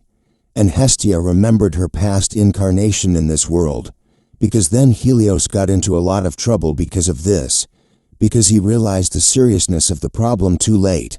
On behalf of the Emperor, who was at that time lying ill, Helios had to fight with his own forces, which were insufficient. After desperate attempts to prevent the conflict from escalating into war, Helios was able to end the dispute by making an agreement that foreign merchants would conduct business within the empire for free. These negotiations were discussed for a long time among the people, and Marquis Kale was called an outstanding diplomat, disappointed that he was unable to agree on more favorable terms. Of course, Kale had no time for negotiations at that time. Finally, Diana said why the Marquis told her this and not Helios. If she's so worried about the Empire, she'd better tell him right away. Hestia wasn't entirely sure if this was a fictional world or not, but she told Diana that she wanted to know when the next tea party would be held. Diana froze in place. At first she was confused and did not know how to react. Then her face contorted with anger. She jumped up from her seat and shouted that this was too much. Hestia thought that Madame Harmony's lessons had not been in vain, because the list and date of the tea party were a delicate matter, and it was typical for experienced nobles not to trust anyone unless they were close. So she had Adela Diana, but Hestia wouldn't be herself if she didn't give it a go. She made an innocent face full of tears, saying how sorry she was. Seeing Diana's anger, she innocently said that due to a lack of etiquette and a narrow worldview, she made such a mistake. Bowing to the princess, our heroine noticed that she had brought a useful prophecy. So she thought that Her Majesty would tell her such a banal thing. She herself thought that if she had a conscience, she would have kept her mouth shut, because the deal had to be fair. Diana gasped and sat down on the sofa, exhausted. It was clear that all this had fallen on her like a burden. Apparently, her head started to hurt. Rubbing her temple, she irritably noted that compared to the information from the Marquis, the information about tea drinking was insignificant. However, she receives letters about tea parties every day, so she will arrange a reception soon and inform later. There is no specific date yet. As soon as he set the date, he would send a letter to the Marquis, and Hestia would bow in response and thank her. Then she nervously stated that this time she would let Hestia go, and hoped that next time there would be no excesses. She was the crown princess of this country, and it was necessary to observe politeness. Hestia, bowing, replied that she would keep this in mind. She thought that the saintly and beloved Diana from the novel was no longer in this world. Perhaps Diana got nervous because of the ring. Look how she stares at me without taking her eyes off me. Suddenly, she couldn't stand it, and asked Hestia if Kale had given her this ring. Hestia even froze in place. It was because she had endured so much, and finally couldn't take it anymore. Pretending to be a fool and laughing carelessly, the girl asked if it really was beautiful. But her husband gave it to her. It was such a wonderful gift, and when he had just finished preparing it, Diana was pale and looking away. "What do you want to tell me, Diana? That it is actually yours?" The indecision of the crown prince's wife is quite a sight. Hestia was jubilant. She had caught her with the bait, and now the game was just beginning. According to Hestia's plan, Diana was supposed to take the bait with the ring, which she would naturally recognize immediately. And now, Hestia turned on the actress mode. Innocently looking at the ring, she said that she had not expected such a gift. She can't even imagine where he got such a rare stone, and where the jeweler processed it so quickly. As soon as he managed to think through everything down to the smallest detail, once Diana loses control of her face, she will read all her thoughts. Hestia feigned a worried face. Her Majesty turned so pale. Maybe she accidentally said something wrong? Is this ring not good enough for the crown princess's eyes? But Diana cried out passionately that no, of course not, and simply fell silent. Then Diana stuttered and tried to say that it was obvious that the Marquis was dear to Kale, since he gave her the ring. What a pity you have that someone took your place, Hestia thought to herself. After that, she continued to praise the ring out loud, saying that she was ashamed, but that it was the first time she had seen such a beautiful piece of jewelry, and how she had lived without such beauty before. Then looking at Diana, she said that the ring seemed to match the color of the crown princess's hair. Diana turned even paler. She remained silent, not knowing what to answer. Hestia jumped up, made a face of panic and despair, and screamed, "Oh no, really?" But why did Diana seem to have grown to the sofa and lowered her face guiltily, when according to Hestia's scenario, she should deny everything? So what's the matter? Or does the original owner's name not matter? Or does Diana not want to see Hestia happy? Of course, one can understand her. She doesn't like it, and this accident should have made both her husband and Kale happy. Hestia shed a tear and began to lament how she had no idea that the ring did not belong to her. Diana ran to calm her down, saying that Kale didn't mean anything like that. So the plan worked. Diana feels guilty. She let it slip. Otherwise she would have been Hestia, living in blissful ignorance. Diana repeated that Kale didn't mean to do anything like that. She apologizes very much. So far, Diana's life has been smooth, although there were crises in the novel's storyline. But the main character, and also a saint, behaved correctly. And then she was portrayed as a villain. Well, since she apologized, it means she still has a conscience. Hestia plaintively told the crown princess that there was no need to apologize. She herself should apologize, telling Diana that thanks to her, she once again realized her limits. Diana squeezed out that she was grateful for the fact that the Marquis saved Kyle's life. Hestia replied that she was able to help someone dear to her thanks to her abilities, and would protect the Marquis as long as she could. Diana's condition was rather strange.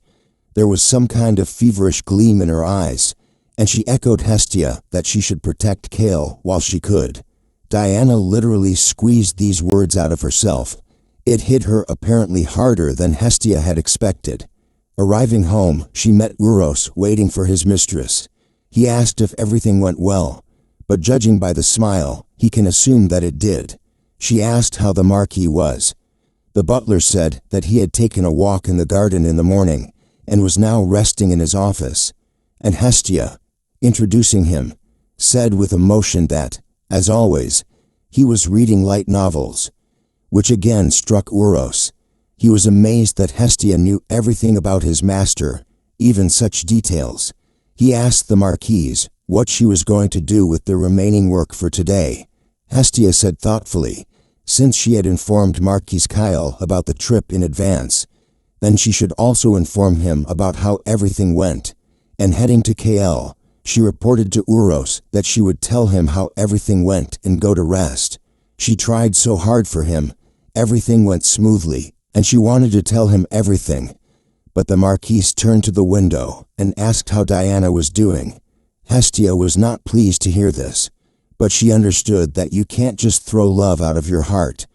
But right now, she wanted to hear from him what it was all intended for. And then Kale asked her if that meant she could see the future and what Diana would be like in the future. She will be happy with what happens to her? Hestia was amazed. Why did he suddenly ask such a question? He still loves her and worries about her. And it's also impossible not to answer him. It's also impossible to lie. Because then the truth will come out. And all because in the future, Diana will lose her miraculous powers. After Kale left this world in the novel's plot, Helios and Diana's relationship was no longer the same. The Empire lost a talented person like Kale, and the crisis shook the entire country inside and out. In this situation, Diana lost her healing power. The reason was unknown. But Diana lost her status as an untouchable saint. She became an ordinary beautiful girl with a kind heart. Naturally, her environment quickly turned away from her, and she was left without support. And the Crown Prince, her only support, was too quickly tired of the various political issues to be able to pay attention to her. Perhaps a child would have saved their relationship. But this thought had not occurred to Hestia before the resurrection. Kale was silent, and Hestia no longer knew what to say, standing tense as a string, waiting for his reaction. She was tormented by what to do, lie to Kale. But sooner or later he would find out about it anyway. Well, if I tell him the truth, won't it harm him completely? What if he returns to Diana again? She studied the sad and thoughtful face of her lover. It was as if he read her mind. She was worried about his feelings for Diana. Approaching the stunned Hestia, he quietly whispered in her ear that there was nothing to worry about. He no longer had feelings for her. He, half asking, half ordering, told Hestia to tell what awaits Diana next. And our heroine clenched her teeth, realizing that Kale was lying. A storm of emotions washed over Hestia. If there were no feelings, then why was he even asking about Diana? It was all written on his face. What a fool she is. She thought that she could change the future with one ring. Her hand unconsciously covered the ring. How could she hide this from him? And gathering her courage, Hestia blurted out that the Crown Prince's wife would lose her healing power. From the expression on Kale's face, it was clear that he didn't know what to answer. These words struck him to the depths of his soul. A couple of seconds later, Kale jumped up from Hestia and hoarsely asked if it was true. Hestia didn't want to let him talk about Diana, so she blurted out that she herself would lose her gift of foresight. When he doesn't know exactly why it will happen, he also doesn't know why. After a short silence, Hestia added that her fall was foggy and she couldn't see anything further, and she did not lie to him. Remembering her fall in the temple and the future after that is unknown, the girl said out loud, questioningly and affirmatively, that she might die that day.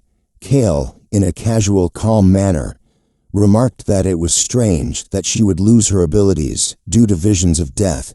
Yes, her beloved has a sharp tongue, but she likes it. Hestia replied that she didn't know for sure whether she would die or not. Maybe she would survive, but she would live like an ordinary person. But until then, she plans to complete all the work she has started, and she is not afraid of death. Kale asked when it would be, meaning how much time was left. Hestia hesitated awkwardly. She herself didn't know exactly, somewhere around a year, 2 or so.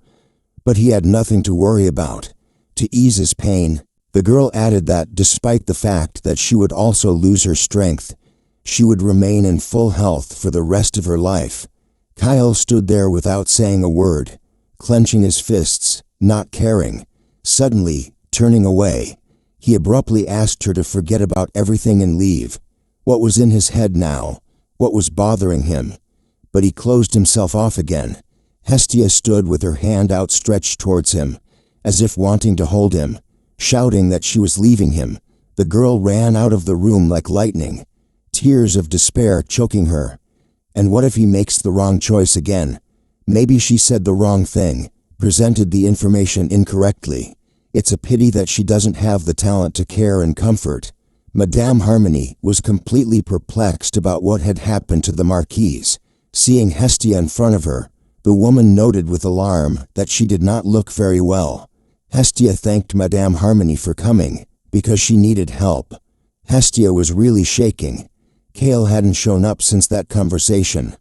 Diana still hadn't given an answer.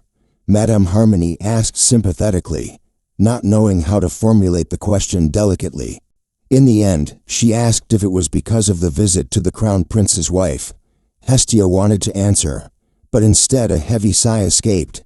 Hestia switched on her actress mode and cried out with tears in her eyes. She had angered Madame Harmonia.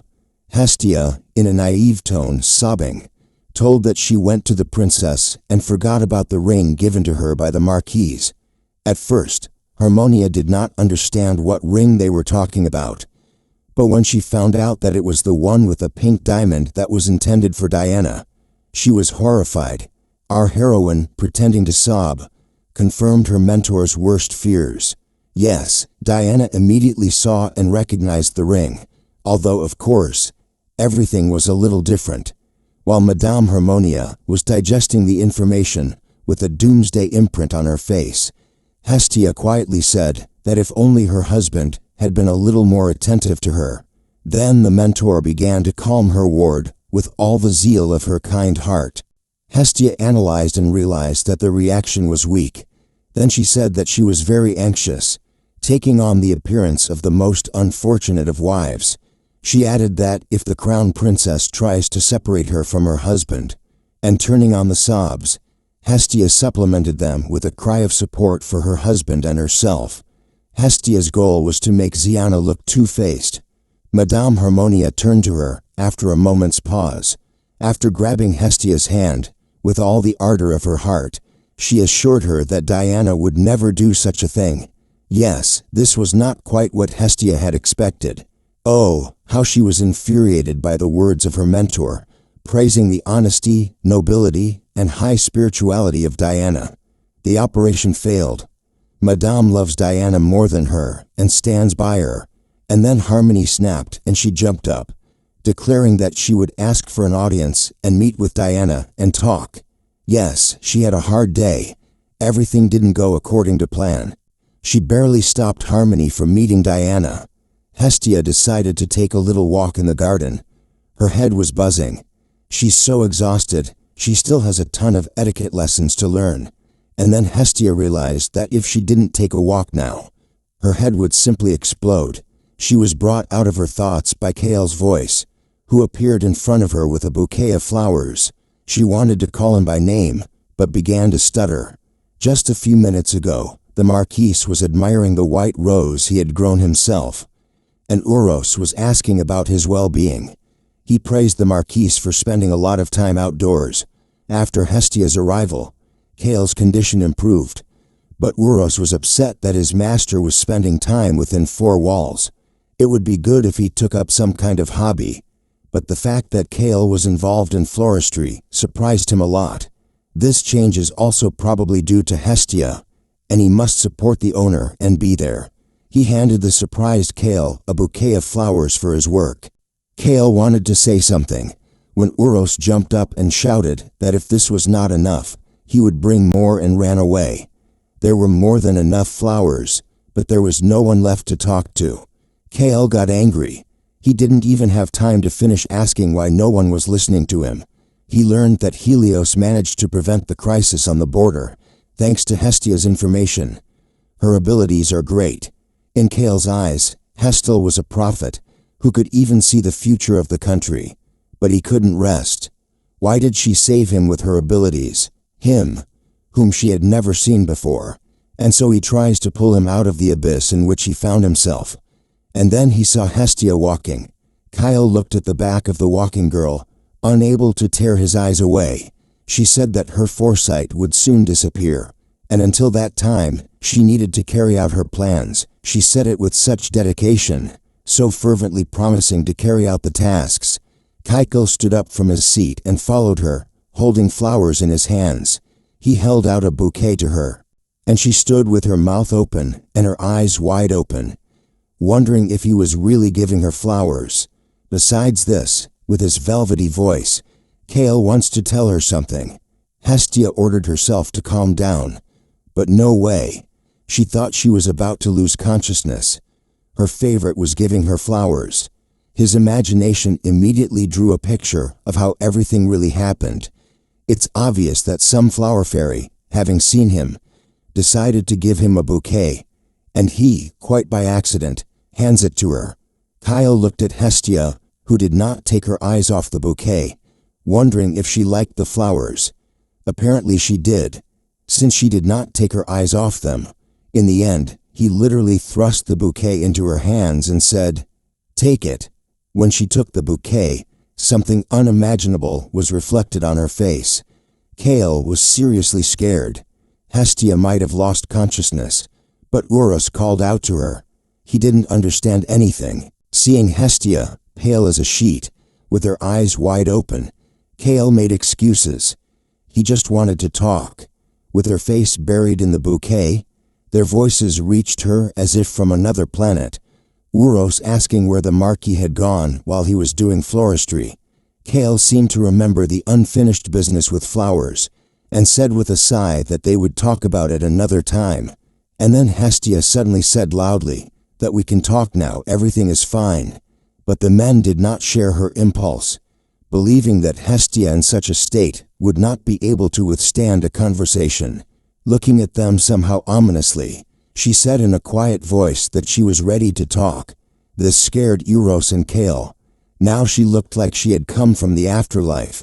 Urus left them and went to arrange dinner, and Kale and Hestia sat down in the gazebo. She looked at her lover with all her eyes, afraid that it was just a vision. She looked at his bouquets. Yes, she has such cute golden hands. He can do everything.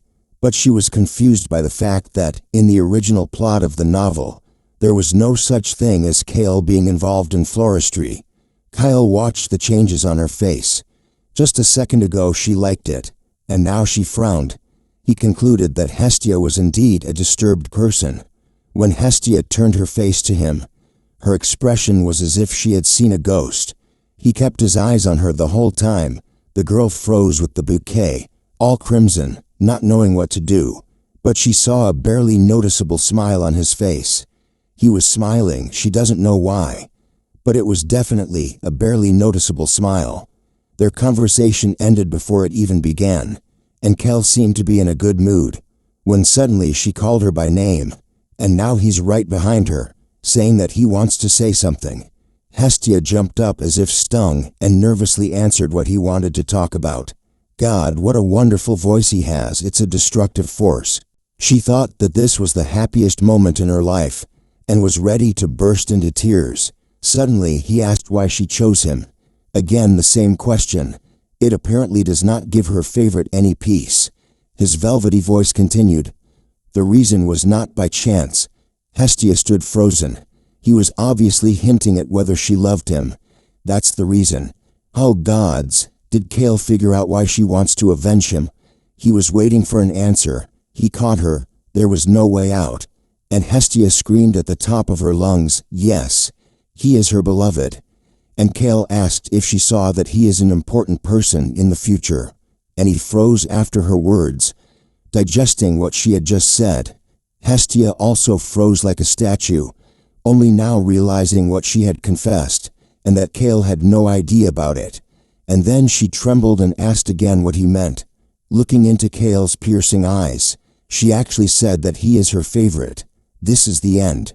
And Kale somehow thoughtfully asked what favorite meant. So that's it. She expressed herself in a popular word from her world. Kale understood it. A word is not a sparrow. Once it flies out, you can't catch it. The tongue is its enemy. You need to find a way out. Kale asked if it was some kind of foreign word, or some kind of magic word related to her abilities. He was genuinely interested. He had never heard it before. He kept asking and asking, because in the original he was a scientist character. Poor Hestia no longer knew where to hide from embarrassment and shame. She couldn't stand his unhappy face, and, having gathered her strength, admitted that this word means the most beloved person. Kale, somehow with a hint of sadness, clarified, It means love. Hestia shook her head in horror. No, that is, not quite. She began to explain incoherently that most likely it meant a passionate attachment, something that you cherish more than anything else in the world. But Kale thought that the meaning was the same, after which Kale said that he didn't know that she loved flowers so much. She blushed, and Kale added that he would now send her flowers. He invited her to sit down and talk, admitting that he had thought a lot about her abilities. So unexpected, does he still doubt her abilities? Because talk about Diana's future sounded absurd just a couple of days ago, if he doubts her predictions. But here he said that the future she predicted has not yet come. Kale asked if the present changes, then the future will change too, right? Hestia was confused, not knowing what to answer. Why did he have such thoughts? Then he reminded her of the day she saved him. It turns out that if she hadn't intervened, he would no longer exist. But Hestia objected that this wouldn't have happened. But Kale objected. The future she saw, in it he was dead. But in this world he is alive, which means the foreseen future did not come true, because she influenced him. Hestia became nervous about where he was leading. Then, looking at the thoughtful Kale, she admired his noble beauty, like a god. Then came the questions. He heard about the border zone, how the crown prince had managed everything thanks to her, whether she could see his death, whether she could foresee this part more accurately. So, she had heard these words or something similar somewhere before. It's just a time paradox, often seen in movies. It will be complete kaput if she can't save Kale. But Hestia understood the greater importance of all this. The issue with the border region is the same as before the resurrection. But if you continue to change events one after another, there is no guarantee that the same thing will happen again. If what she predicts does not happen, then her lie will be exposed sooner than she hoped. Kale thoughtfully asked what to do. He asked if she saved him, because he was an important figure in the future. How accurately he notices everything, Hestia thought. And recently, he also said that in the world before her resurrection, Kale was not a bad person.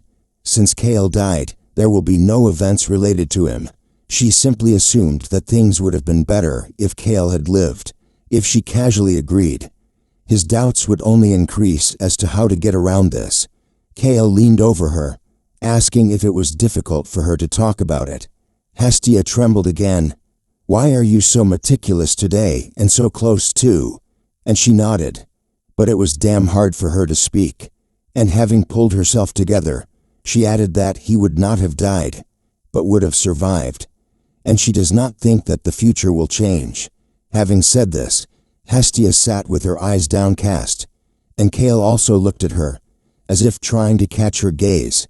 Somewhat disappointedly, Kale added that the world would continue to live perfectly well without him. Hestia didn't know what to add. Had things really gone smoothly this time too? And again, Kale sadly and melancholically concluded that whether he was alive or not, the planet was still spinning. Well, here he is again sinking into depression. Kale tried to grasp the thread that his existence would change something in the future. Hestia pondered his personality as a secondary character. Helios and Diana still came out on top in the novel.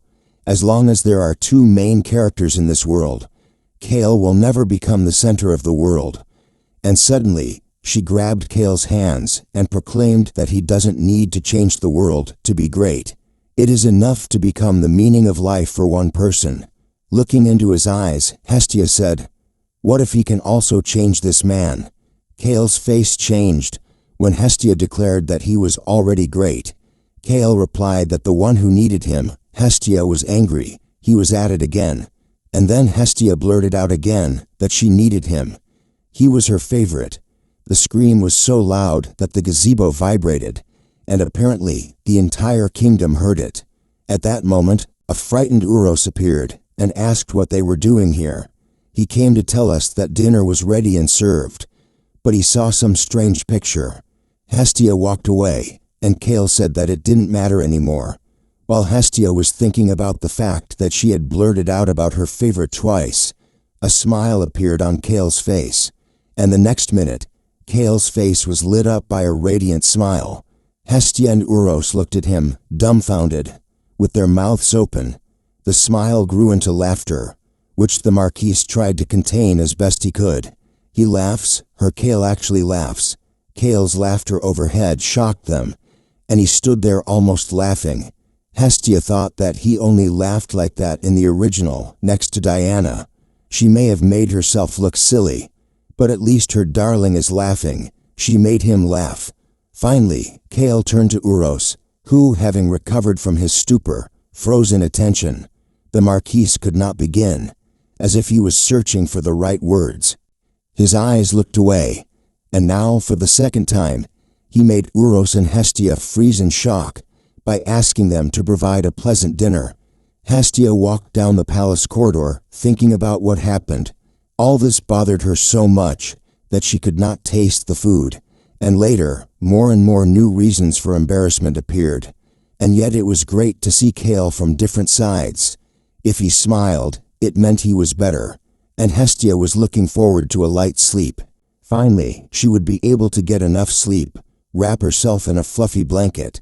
Having opened the door to her room and stepped over the threshold, the girl froze. The whole room was covered in flowers, like a greenhouse. Hestia even thought that she had the wrong door. But why were there so many flowers here? She couldn't understand what all this meant, and so she stood in tense confusion. Her gaze fell on the vase of white roses that were in the gazebo, a bouquet from Kale. She remembered his promise that he would send her flowers. So that's it. He decided to fulfill his promise. Our heroine exhaled tensely. So this is what he asked Uros for. But still, it couldn't have happened without Uros. He clearly went overboard with the bouquets. The girl smelled the enchanting scent of a snow-white rose. It was still so pleasant. Meanwhile, Kale stood in his room thinking. He thought about Hestia's words about her word darling, and how she called him an important person that she needed. This new feeling of being needed brought about a change in him. Hestia wrote a business letter, carefully drawing out the letters. Finally she finished, great, ready to send. There was no letter from Diana, and she was unable to contact the Countess, so she wrote a letter about the current situation. It took so long to set just one date, whether they were ready to hold the banquet. She was going to go and send the letter, and also find Uros. Her gaze fell again on the flowers. How many there were, and what a scent they radiated. Afterwards I went to Uros. There was a table with a whole pile of papers. What a huge amount it is all littered with. Imagine her surprise when Uros was sleeping at the table. He was not visible because of this mountain of paper. Uros heard someone standing and barely whispered when he saw Hestia. But no, he was sleeping, and in his sleep, he told her to take care of the master. And then, seeing his blue face, Hestia screamed in horror. He's dying.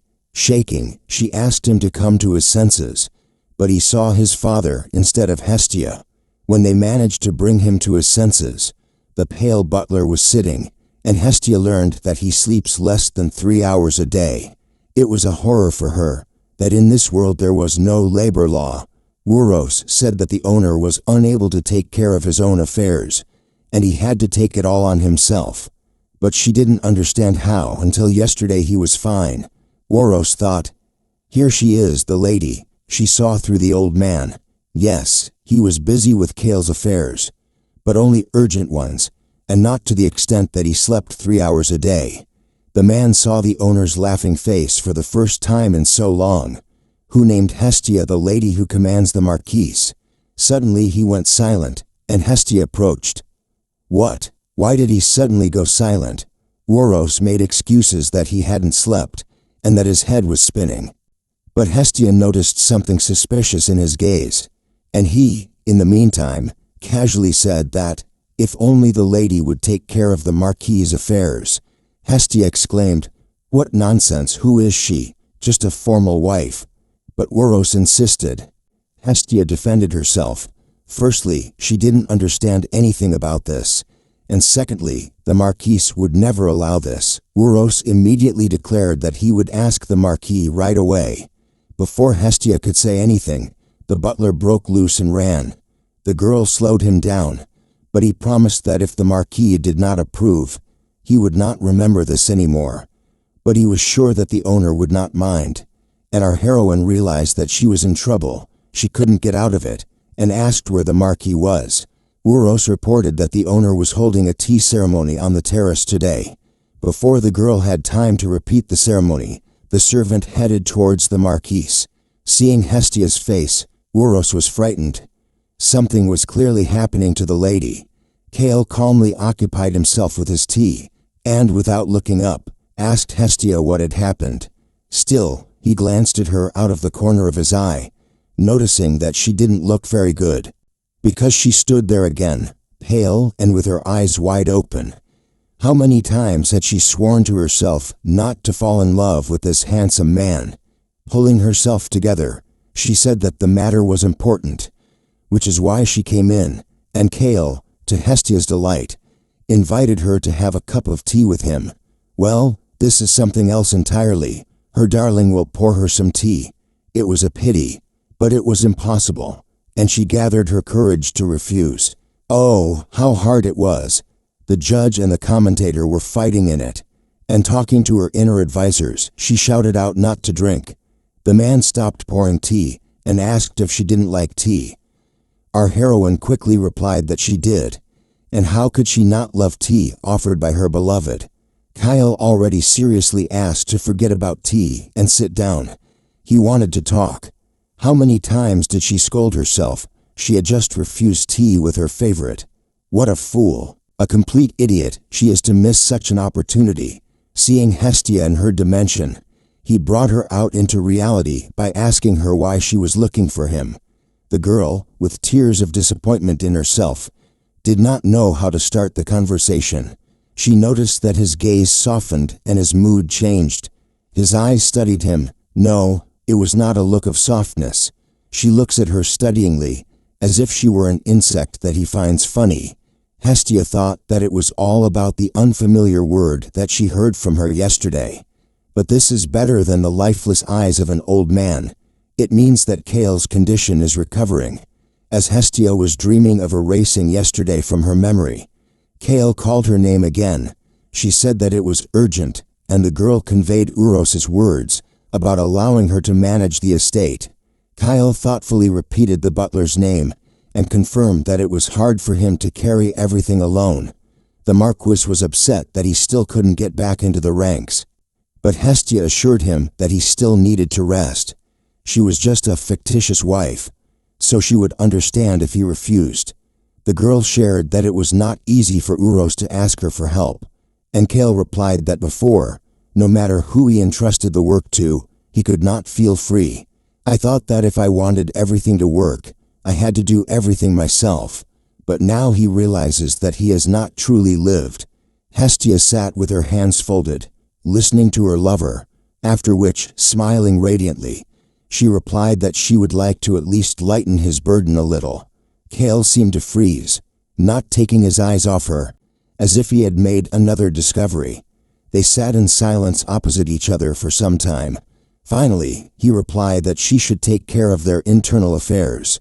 She was aware of his thoughts, so there was no need to come.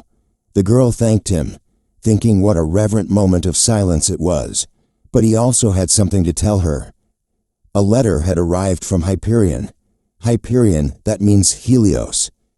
The girl frowned, opened the envelope and began to read. Surprise appeared on her face. She had thought that Helios wanted something from Kale. But this letter is not for Kale. This letter is for her. She assumes that after the Borderlands, her abilities became in demand. It's obvious that Helios needs her help. Hestia was indignant. He needed her abilities. But how could he send a letter to a weakened Kale? The girl pressed on the paper. She wanted to use her abilities only for Kale. She shared with Kyle that it was okay if she openly refused to cooperate with Helios. The Marquis was surprised why she was asking him. But why? She is now a Marquis, and the letter is from the Crown Prince under the name of Hyperion. Hestia tried to convey to Kyle that if she and the prince met secretly, it could give rise to rumors. Kale smiled calmly. saying that she thought he wouldn't find out about the secret meeting. Hestia looked at him as if struck by lightning. A storm of emotion stirred Hestia. Shame, indignation. Jumping up and slamming her hands on the table, she screamed that she didn't want to do anything without his knowledge. All the internal hostility towards Helios burst out. She doesn't want to deal with him, even in front of 1,000 witnesses. She finds it disgusting in general. While Hestia poured out her pent-up emotions, Kale listened silently, without interrupting. And Kale had an image of Diana and her words about how she liked Heli. Well, who would dare to hate Heli? Then she would cut off all hope for their relationship. But Hestia stood there, all agitated with indignation. And again, she made him smile. Looking at the girl standing in front of him, he understood that Hestia was completely different. However, he advised Hestia to meet with Helios, who was persistent and would call again and again. And when Hestia once again said, "I don't want to be a Marquis," irritation washed over Kale. She wasn't tired of constantly calling him a Marquis. "Nobody here calls her the Marquis's wife," he whispered to Hestia, who stood frozen in place, to call him simply by his first name. The girl looked at him silently, numb. Her beloved asked to call him by name. She can say his beautiful name Kale out loud. It sounded very quiet and somehow crumpled. Then she said it louder and more confidently, and finally shouted loudly. It was so loud that Kale became scared, and stood there with his eyes wide open. Out of shame, Hestia ran out of the room, shouting as she went that she wished her a good day. As she ran away, she hit the table, and the cup of tea spilled over and flowed onto Kale's hand.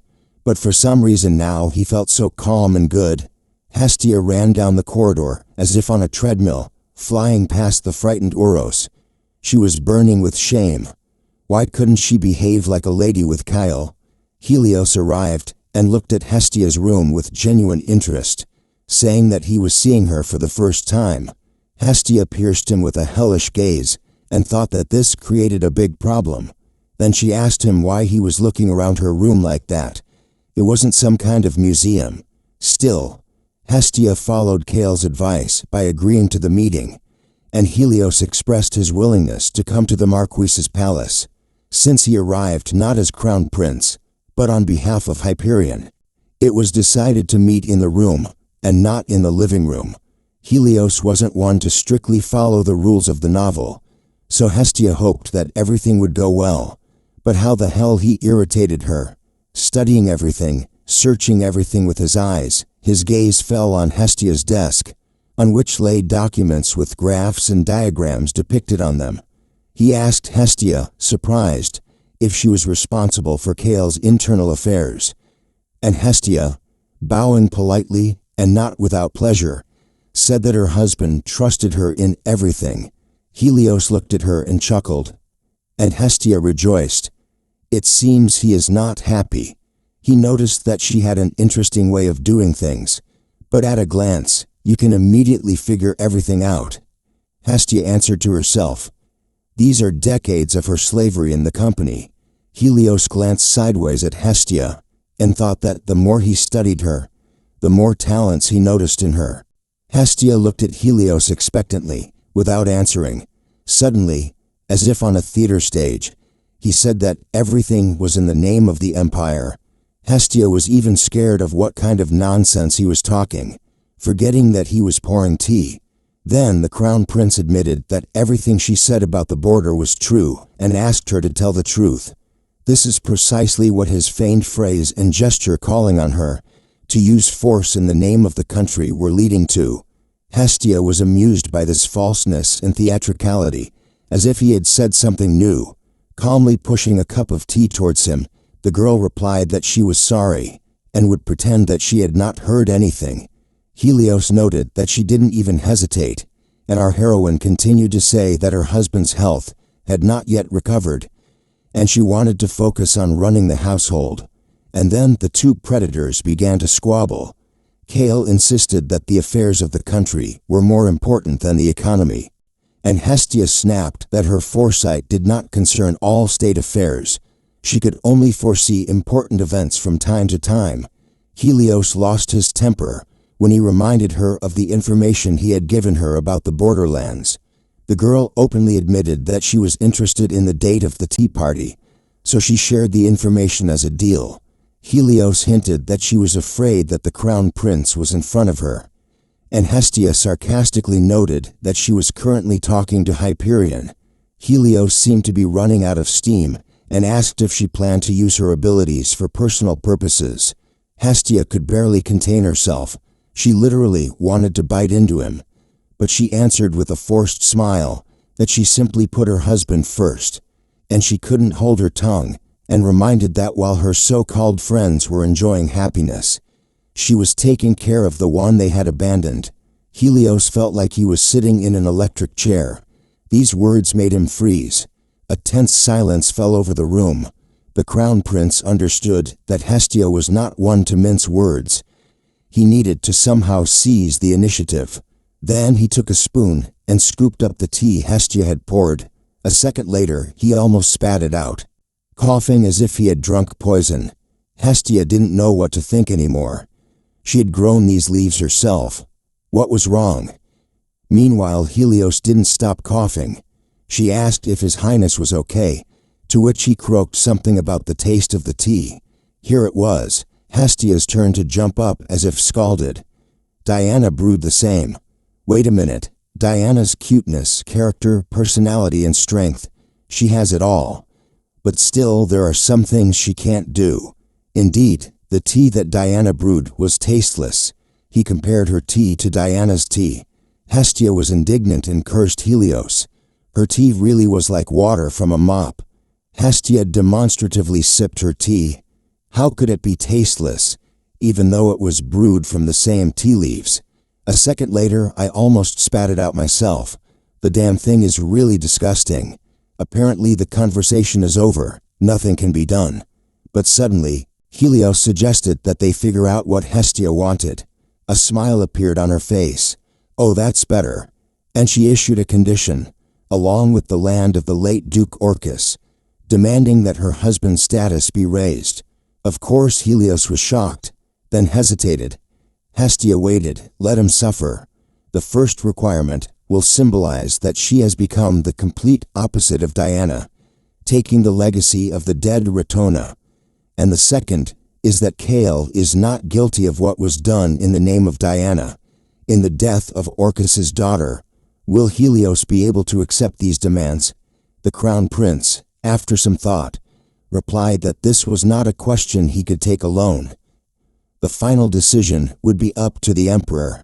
Hestia sarcastically commented that a reason could always be made up, but these are her demands for the deal to exchange her abilities. Helios never ceased to be amazed by her persistence and stubbornness. She was clearly driving him crazy, but he needed her abilities. But Hestia understood that Helios couldn't make such a decision alone. Maybe he should take a break. Then the girl suggested doing this. She would promise in writing that she would help him. In exchange for this, if she had a compelling request to turn to him, he would help. In her opinion, this was quite reasonable and feasible. Well, Hestia knew how to negotiate and find the right position for herself in any situation. Helios reflected that it would not be so easy to find such a reason, and thinking that not everything was so bad, he replied that he agreed. A pleased Hestia reported that the signed documents would be sent in the near future. Standing by the window and watching Helios leave the palace, our heroine thought how much he needed her abilities, that he accepted her conditions without specifying details, or maybe he thought she wouldn't find a reason to return the favor. She hoped that he would continue to look down on her. Let him do so for now. She will raise her Kale to the very heavens of this empire. And the next day, before Helios' documents arrived, she received a letter from Diana. Our heroine did not sit still. She had so many things to do. Finally, the date for the tea party was set. Countess Erenice was touched by the personal visit from Hestia, remarking that her husband was very lucky to have her. The women began to discuss the news, but the most important of them was the date of the tea party, which Erenice learned about from Hestia. Hestia noted that she always keeps her promises. As soon as I found out about the tea party, I immediately went to Countess Aranis. As if the letter was one step late, Hestia decided that a personal conversation would make a greater impression, but she didn't expect the result to be so good. Understanding what Countess Aranis was thinking about now, she perceived Hestia as a green girl who would forget about her promise, like most young people. But she immediately arrived in person. So, Aranis is disarmed. She will tell this news to the other ladies, because there were not the most pleasant rumors about her. While tasting the wonderful airy cake, Hestia heard Aranis ask if the crown prince's wife had anything else to say. Hestia told that she only knew that Diana had decided to invite all the noble ladies in one fell swoop, which greatly surprised the countess. The women understood that because of her character, Diana would not like to hold such meetings often, especially with nobles, and the countess said that it would be difficult for Her Majesty to hold such a meeting herself on such a scale. Madame Aranis thoughtfully and somehow sadly noted that, as crown princess, she would probably ask Madame Harmonia for help again. Hestia watched her interlocutor closely. She knew it. Such a proud woman did not like the presence of a competitor, whom Diana preferred. The fact that Aranis originally showed a neutral stance meant that she was hurt by Madame Hestia's presence next to Diana. Hestia reflected that Diana would never have invited her if she had known that Madame Harmonia had been giving her lessons, but the countess had invited her to tea, which meant that she liked her for now. This meant that this needed to be taken advantage of, Hestia decided, and turning on the actress, she began to have a dialogue about how she doesn't understand why Madame helps her at such an important event.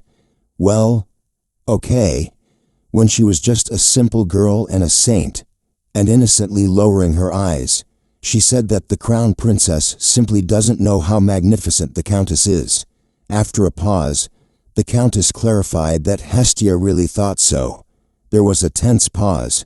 It seemed the countess had turned to stone. Hestia was afraid that she had set the wrong tone for the conversation. But when Aranis beamed and agreed with Hestia, the girl felt a sense of relief. The countess shared that she was glad to meet someone who understood her so well. But it would be difficult for nobles, including herself, to earn Her Majesty's trust, and all because of the flood last year. But caring for the people is the prerogative of the king. If the nobles had intervened, it would have only created new conflicts. One of the main events of the novel was a flood, because of which the province suffered greatly. Diana was shocked by the cruelty of the local residents. Then she turned for help to the aristocrats who came to the local temple. But the king was busy hiding his tragic internal affairs. In such a situation, the other nobles could do nothing. They had no right to interfere in the affairs of other territories. In the end, it was Helios and Kale who came to the rescue, and in caring for the flood victims, Helios and Diana's love grew stronger. Well, what else could Kale do? He processed the documents instead of the crown prince. An important part of the paperwork fell on him. Her poor sweetheart Kale. How many tears she shed reading this part of the novel, and Hestia withdrew into herself cursing this couple. Why the two main characters bastards, who could not even build a relationship without Kale, enjoyed life while Kale cleaned up other people's shit. The only thing she wished for them was to burn in hellfire. She was pulled out of her inner dialogue by the countess's voice, and Hestia confirmed that His Highness was very disappointed with the nobles at that time.